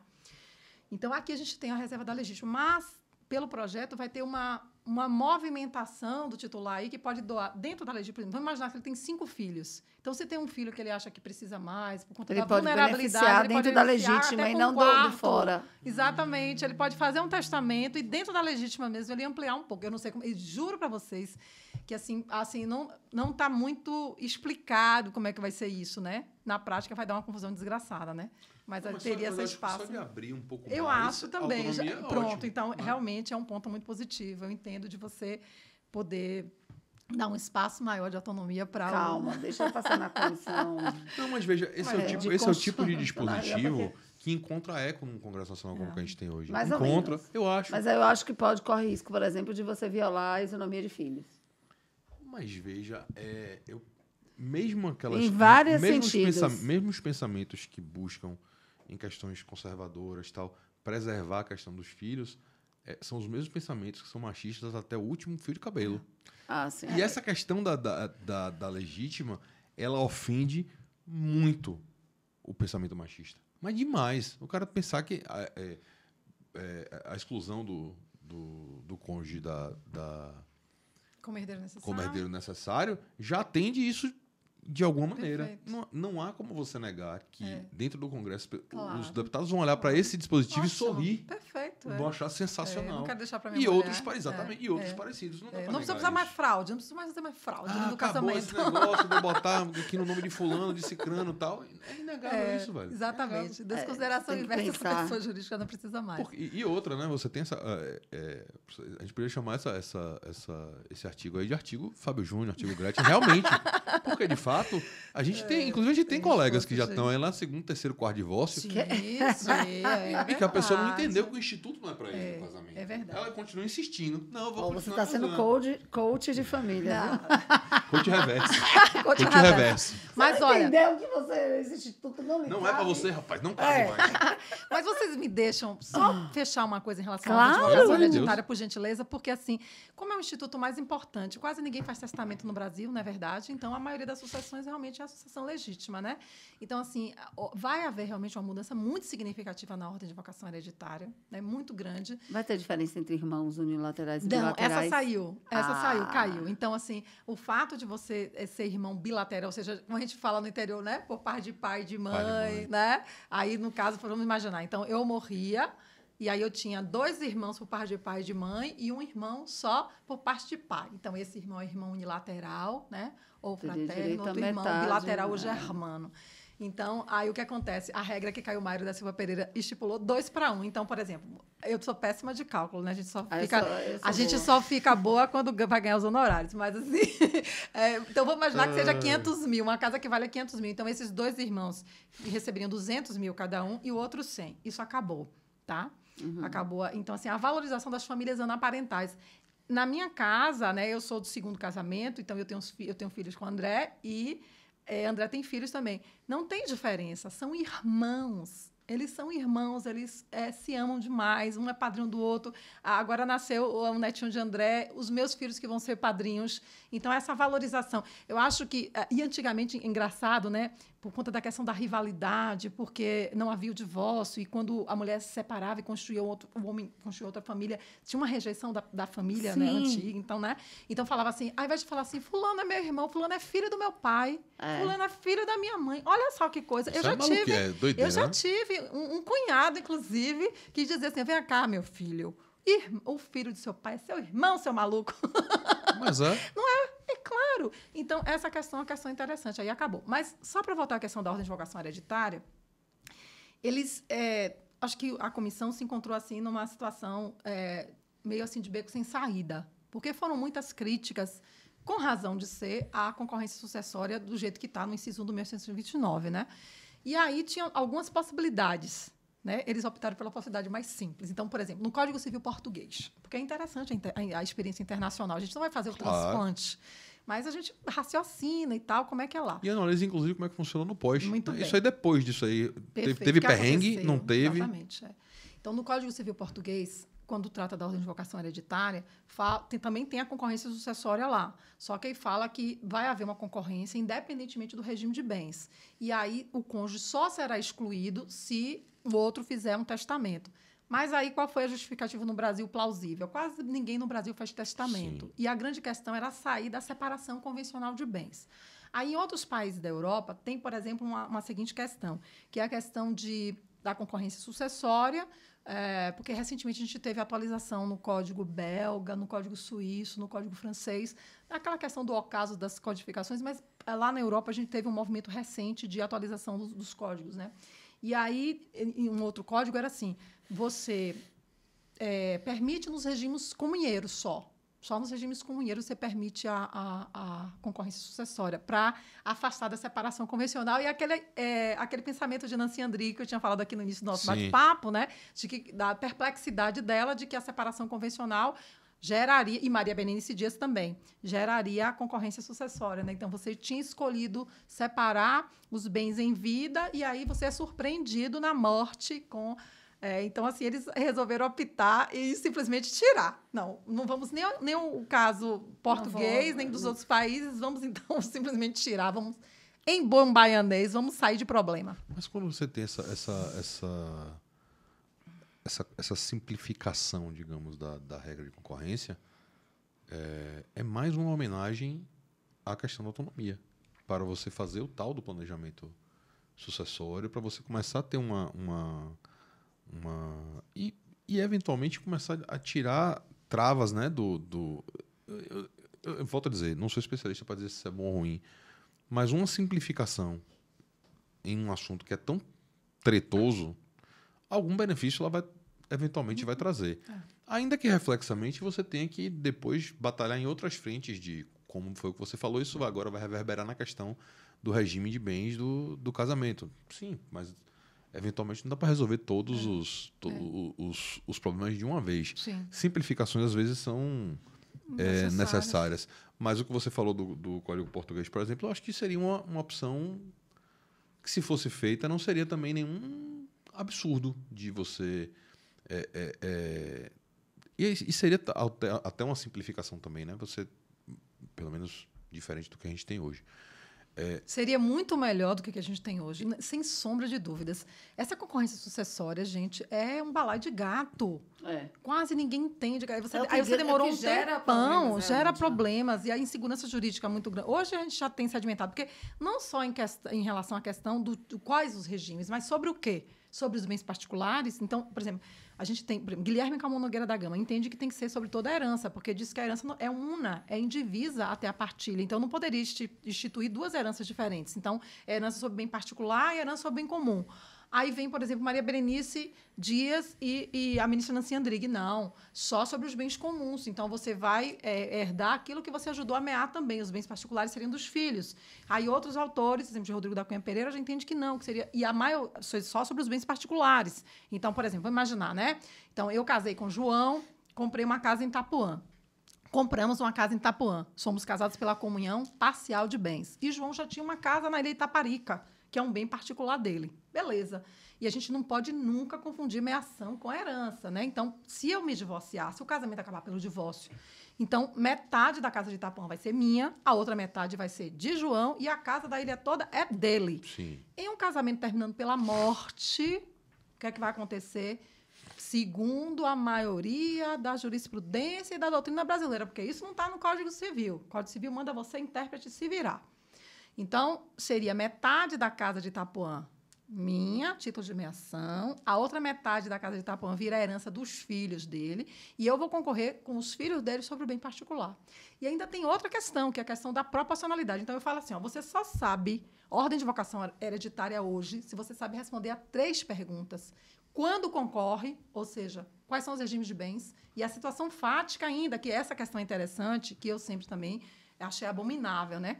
Então, assim, você tem que estar convivendo com o outro ao tempo da morte. Você tem que estar convivendo civil. com a outra ao tempo da morte. Seja união estável, seja... Falar em estado civil, vem o estado civil agora da união estável, né?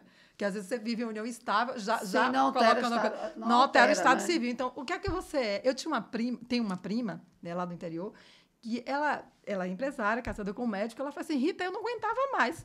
O povo sabe, quer dizer, eu dizia que eu era casada. Aí eu chegava no banco, dona fulana de tal, seu estado civil, ela disse que dava um nó na cabeça dela. Ela, o que eu sou? Ela é solteira, eu não sou, mas eu sou solteira porque eu não casei. Aí ela casou. Então, Falta agora lá, vai mudar realmente o estado civil. Mas vamos voltar para a questão da... E o Estado Civil é uma segurança vocação. social, É uma né? segurança social. Então, vamos voltar, que a gente está falando antes Da ordem. Você tava Da falando da ordem de do- vocação hereditária e a da questão batalha dos do 3 resto dos perguntas. Isso. Só para saber se vocês estão prestando atenção, viu? Aí, ó. Então, as 3 perguntas, né?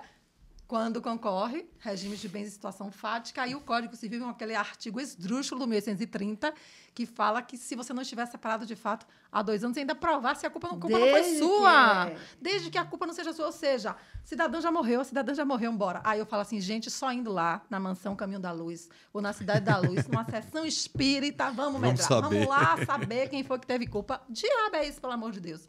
E outra coisa, a questão da separação de fato, Iva, que vocês já tinham colocado. Sim. O que põe fim, realmente, rompe a sociedade, é a separação de fato. Já temos súmula, e agora vem realmente no anteprojeto do Código Civil. Ou seja, isso foi retirado do projeto, não vincula mais. No caso concreto, você que vai ter que provar se estava convivendo ou não com o outro ou com a outra, para ter direito, portanto, à sucessão. E a questão das proporcionalidades, né? Porque é interessante que, se você concorre com filhos comuns, você tem tal proporcionalidade. Você tem direito à reserva da 4ª parte da herança dos bens particulares, no entendimento majoritário da doutrina da jurisprudência. Beleza. Se você vai concorrer com filhos exclusivos, filhos só do autor, da autora da herança, iguais, né? você vai ter partes iguais. E outra coisa, cadê a família refletida na lei? As famílias recompostas, as famílias reconstituídas. Eu Teóricas. mesma sou Sim. membro de uma família recomposta, né? E aí eu tenho filhos, meu marido tem filhos também. Então, os meus, os seus, os nossos, né? Dessa sociedade cada vez mais comum, ainda bem, né? Que comporta isso aí. E cadê? A lei não traz. Aí a gente vai ter que ir para a jurisprudência. Eu lembro que uma das primeiras pessoas a falar sobre isso foi Giselda Hironaca. Em 2003, eu fui a um congresso do IBDFAM, em Minas Gerais, e estava lotado realmente o Salão do Ouro Minas Palace, e as pessoas, a gente tentando entender, os juízes de família, defensores, advogados, professores daqui, tentando entender como é que seria isso. Então, hoje, realmente, é a solução que ela deu lá atrás. O que está na jurisprudência consolidado, o entendimento, inclusive, no STJ, é que, concorrendo com filhos, chamados filhos híbridos, eu até brinco, né? Mendel e as ervilhas. O engraçado, eu estava dando aula de desses, aí estava lá, filhos híbridos, aí entrou um aluno. Ele era da outra turma, né? Aí eu falei, professora, a aula aqui é de genética. Aí eu falei assim, não, meu amor, você é de que semestre do primeiro? Não, em breve você vai ver também que não é isso aqui. Então, nesse caso específico, concorrendo com filhos híbridos, né? Ou seja, filhos meus e filhos do meu marido que morreu, então, você tem algumas possibilidades, mas a possibilidade é que divida tudo igualitário e considera todos como se fossem filhos exclusivos, divide igualitariamente para ter menos confusão. Então, eram essas possibilidades que a comissão realmente se deparou, né? E aí preferiu realmente optar pelo mais fácil, voltar ao Código Civil 16, instituir a ordem de vocação hereditária exclusiva e sucessiva. Muito bem. A gente está caminhando para o final. Eu queria falar dos bens. Do regime de bens? Os meus bens. Os meus bens para cá, os meus bens para lá.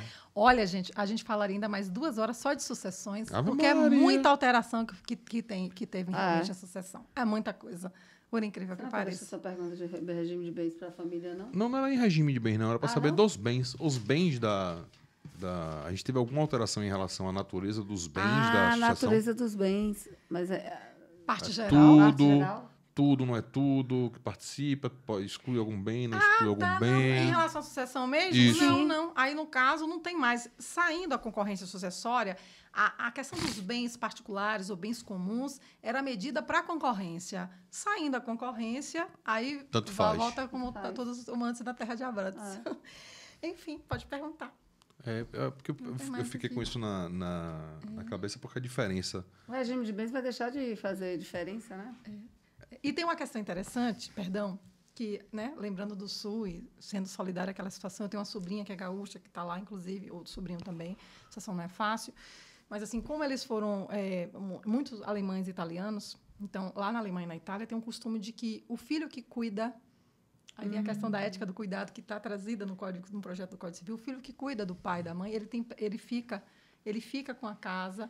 E aí a solução que teve é o seguinte: o filho que cuidou nos últimos tempos, que ficou, ele tem preferência em ficar morando na casa e ele tem preferência a ser antecipado 10% do que é um hereditário dele e também de ficar com a posse dessa parte aí, né? Então, assim, vamos ver como é que isso vai se implementar. Engraçado que eu ouvi essas perguntas quando eu ia lá no Sul, né? Eu falei, mas isso não está na lei, isso é um costume de vocês, mas isso não está na lei, né? Não está na lei brasileira. E agora vem. E funcionava, vem. e isso funcionava para eles lá... Porque a questão é o seguinte, né? Onde não há conflito, né? Se não existisse conflito, se nós não tivéssemos essa natureza, o conflito é estrutural, né? E a gente precisa do conflito, é incrível. A gente precisa do conflito para viver, né? E se não existe conflito, o direito não existiria. Então, quando as pessoas têm consciência, porque é uma questão de uma obrigação moral e não uma obrigação jurídica. Então, quando as pessoas têm consciência, isso tudo se resolve. Não, foi ele que cuidou de papai, de mamãe, ele que vai ficar. Até melhor, quando é assim, obviamente, né? Mas, infelizmente, não é sempre E assim agora que isso vem. acontece. E agora vem. A questão do zelo e do cuidado espelhados no Código Civil. Eu acho isso Inclusive muito em bacana. sucessão, e não apenas Em em sucessão, família. perfeitamente. Não apenas em família. Professora, tem 1000 alterações aí, certo? A gente está falando só de sucessões, então eu estou cortando para um pedaço da torta aí. Óbvio que tem ninguém pode falar assim, essa alteração aqui é irrelevante. Eventualmente até pode ter um outro que seja, né? Mas eu queria que você destacasse assim, uma ou duas, que você falasse, rapaz, essas seriam as que eu colocaria. Ainda bem que veio isso aqui. Eu acho que a questão da ordem de vocação hereditária. Talvez uma solução intermediária, mas realmente, do jeito que estava ali no inciso 1 do artigo 1829, não tinha condição de ficar. Né? Assim, muito confusa, muito complexa, gerava muita confusão na prática. E em relação à questão da ampliação das causas de exclusão por deserdação e por indignidade também, para contemplar outras hipóteses. Eu acho realmente louvável essa parte aí.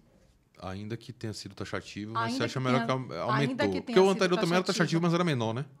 Muito menor. E não contemplava essas questões. Então, assim, com o avanço da sociedade, né, com a inclusão de novos valores, a questão do afeto, da convivência, né, do respeito, enfim. Então, eu acho que as sensibilidades, né, são outras percepções de mundo. Então, eu acho que aquelas causas que estavam lá, né, não condizem mais. Então, assim, como é que um pai meu me abandona, não cuida de mim? E outra questão interessante é a diferença entre abandono afetivo e afastamento afetivo.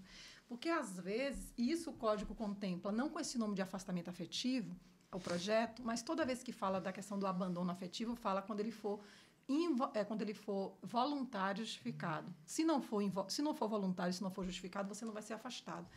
Porque, às vezes, nós seres humanos, né? Nós pessoas, enfim, então a gente tem uma natureza muito diversa. Tem pessoas que têm um relacionamento muito difícil. E agora, cada vez mais, essas questões dos transtornos psicológicos acontecem com mais frequência, né?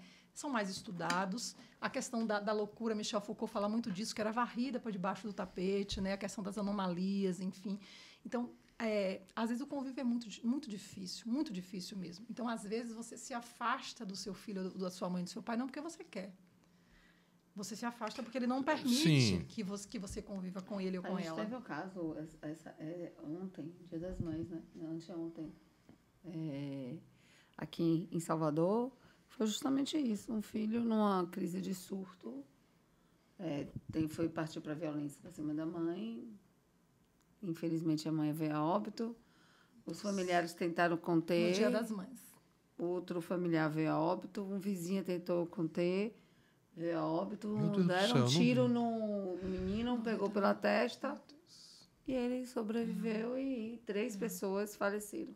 Pois é. Meu Deus do céu, não tinha lido isso. Que tragédia horrorosa, meu Deus. Tragédia, eu também não sabia disso, não. Então, assim, do ponto Dia de das vista... Mães, né? Dia das Mães, do ponto de vista da psicanálise, tem uma psicanalista chamada Vera Iaconelli, que ela fala que a família é a nossa principal encrenca fundante, é a nossa primeira encrenca fundante. Quer dizer, do ponto de vista psicanalítico, são muitas... Adorei essa ideia. São muitas... Encrenca fundante, eu acho fantástico, porque isso explica essas questões e aí isso vai irradiar para a lei também, né? Então, assim, se o afastamento ele não foi voluntário e ele não foi injustificado, então não tem por que você ficar com aquela herança daquela pessoa, né? Então, isso aparece, a perda do poder da autoridade parental. Aliás, foi mudado do ponto de vista de família, né? O nome poder, né? Poder familiar, porque o pai não tem poder sobre os seus filhos, né? Há muito tempo, Há muito tempo, né? Então, não é um direito subjetivo que você exerce em seu favor, em função do melhor interesse da criança, do adolescente. Então, a perda da autoridade parental também ficou listada como uma das causas de exclusão para a deserdação também. Pelo menos cresceu. Continuou taxativo, mas pelo menos agora tem mais opções. Isso, né? tem mais opções. Abre o leque. Você falou da questão da concorrência. Há uma solução posta pela comissão. Aí eu queria te perguntar 2 coisas para a gente encerrar. Primeiro, se você optaria por outro caminho, e qual seria esse caminho? E se, do jeito que está, na sua opinião, você acha que passa?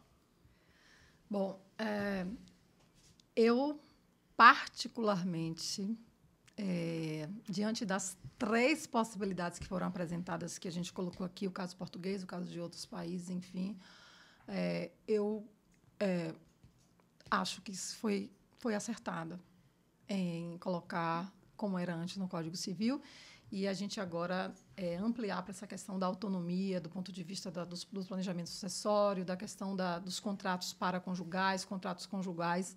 Eu acho que fica mais claro, entendeu? Muitas pessoas, assim, vários depoimentos, as pessoas foram surpreendidas. Poxa, mas eu nunca imaginava que eu fosse casar e por separação convencional de bens e depois ficar para o meu marido e minha mulher, não para os meus filhos. Não era isso que eu queria, enfim.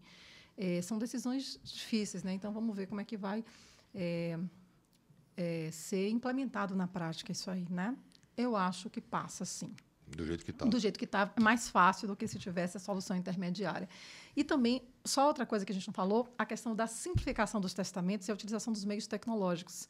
Então, hoje você tem a câmera, né, o vídeo, o áudio, formas muito mais fidedignas, principalmente na Covid-19, nós vimos isso, né, porque as pessoas não podiam estar com testemunhas, não podiam ter contato com outras pessoas, e essas foram utilizadas.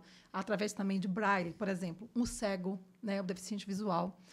Por que ele só pode fazer o testamento dele público? Por que ele não pode fazer o testamento em braille? Já que, vamos imaginar que eu fale hebraico, eu posso fazer meu testamento particular em hebraico. Na presença de 3 testemunhas, se as testemunhas compreenderem. Ora, o braille é uma linguagem universal. Mesma coisa. Sim.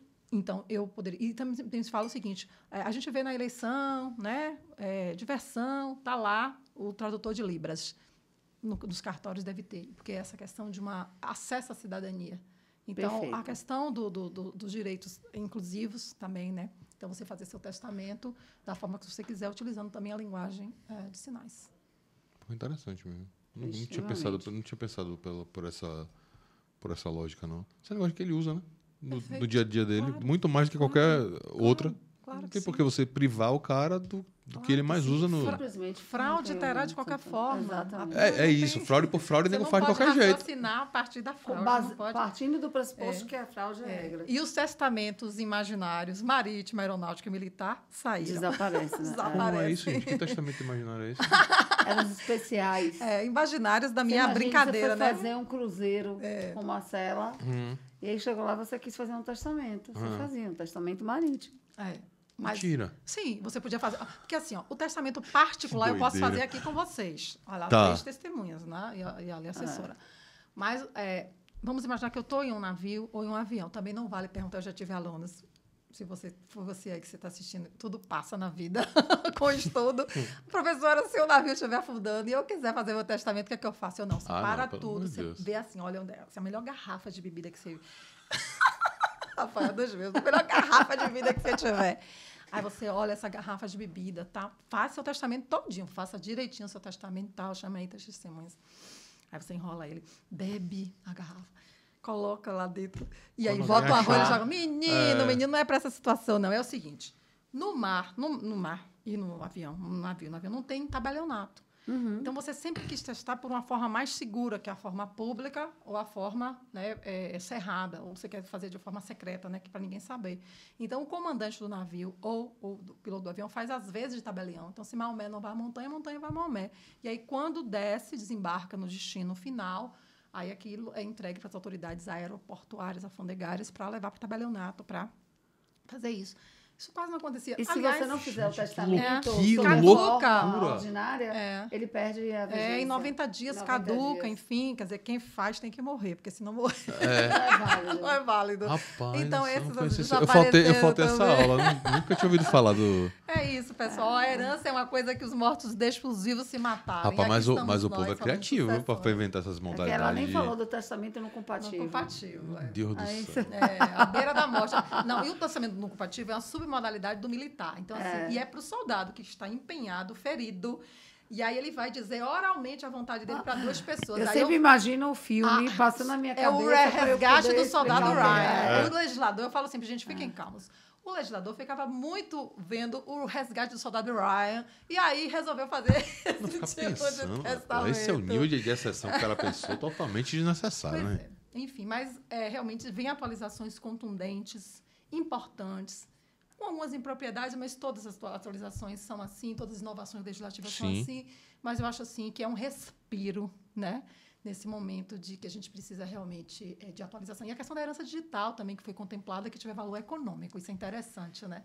Então, foi incluída, por exemplo, senhas, contas, perfis de redes sociais, milhagem, qualquer programa de recompensa, isso tudo realmente tem um conteúdo intangível, econômico e pode ser objeto de herança. Já é bom de agradecer o fato de existir uma comissão composta por pessoas que realmente são do riscado, participaram, fizeram um projeto Já faz toda a interessante. diferença. Já faz muita diferença. A gente não vê isso em todo momento de atualização legislativa, muito pelo contrário, a gente vê muita coisa feita nas coxas e depois a gente vê o problema lá depois, né? Então, ter a comissão, ainda que acabe acontecendo algumas questões, normal, vai ter que acontecer Não, mesmo. e outra coisa. Mas já é muito superior a não ter nada, né? As comissões permitiram acesso ao debate entre os juristas. Eu não sei se a professora participou, Participei. mas a gente teve Foi acesso uma à comissão, possibilidade. né? O professor Divaldo Brito e o professor Pablo Souza nos convidaram, e aí nós fomos, enfim, foi interessante bastante, porque eles auscultaram, né? Exatamente.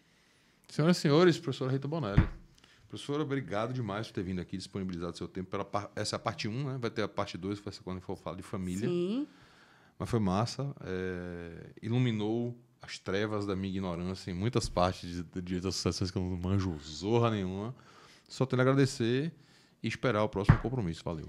Muito bem, eu que agradeço, né, Ive e a Rafael, porque a gente tem que estar dialogando, debatendo esses temas, né? Porque assim é o nosso compromisso, né? A gente tem que falar mesmo, né? Então o conhecimento tem que ser compartilhado. Então eu que agradeço, estarei aqui quando vocês mandarem. Muito massa. Obrigado, Ivi, por você ter vindo hoje. Fiquei feliz, fiquei sabendo que você não vem no Sabe que eu só próximo venho mês semana- inteiro. Não. Acabou agora, dia 29. Dia 30 eu tô de volta. Então, é o resto do mês inteiro. Ai, falta 15 dias, Rafael. Pô. É que Semântica. só drama. Semânticas. Galera, obrigado por ficarem com a gente aqui até agora. Eu esqueci de lhe pedir para fazer inscrição no canal, curtir, né? Negócio dos blogueiros aí. Faz aí, faz a inscrição, aperta sino e tudo mais. Quando sair episódio novo, você vai ser avisado antes de todos. Obrigado por ficarem com a gente até aqui. Até o próximo episódio. Valeu, tchau.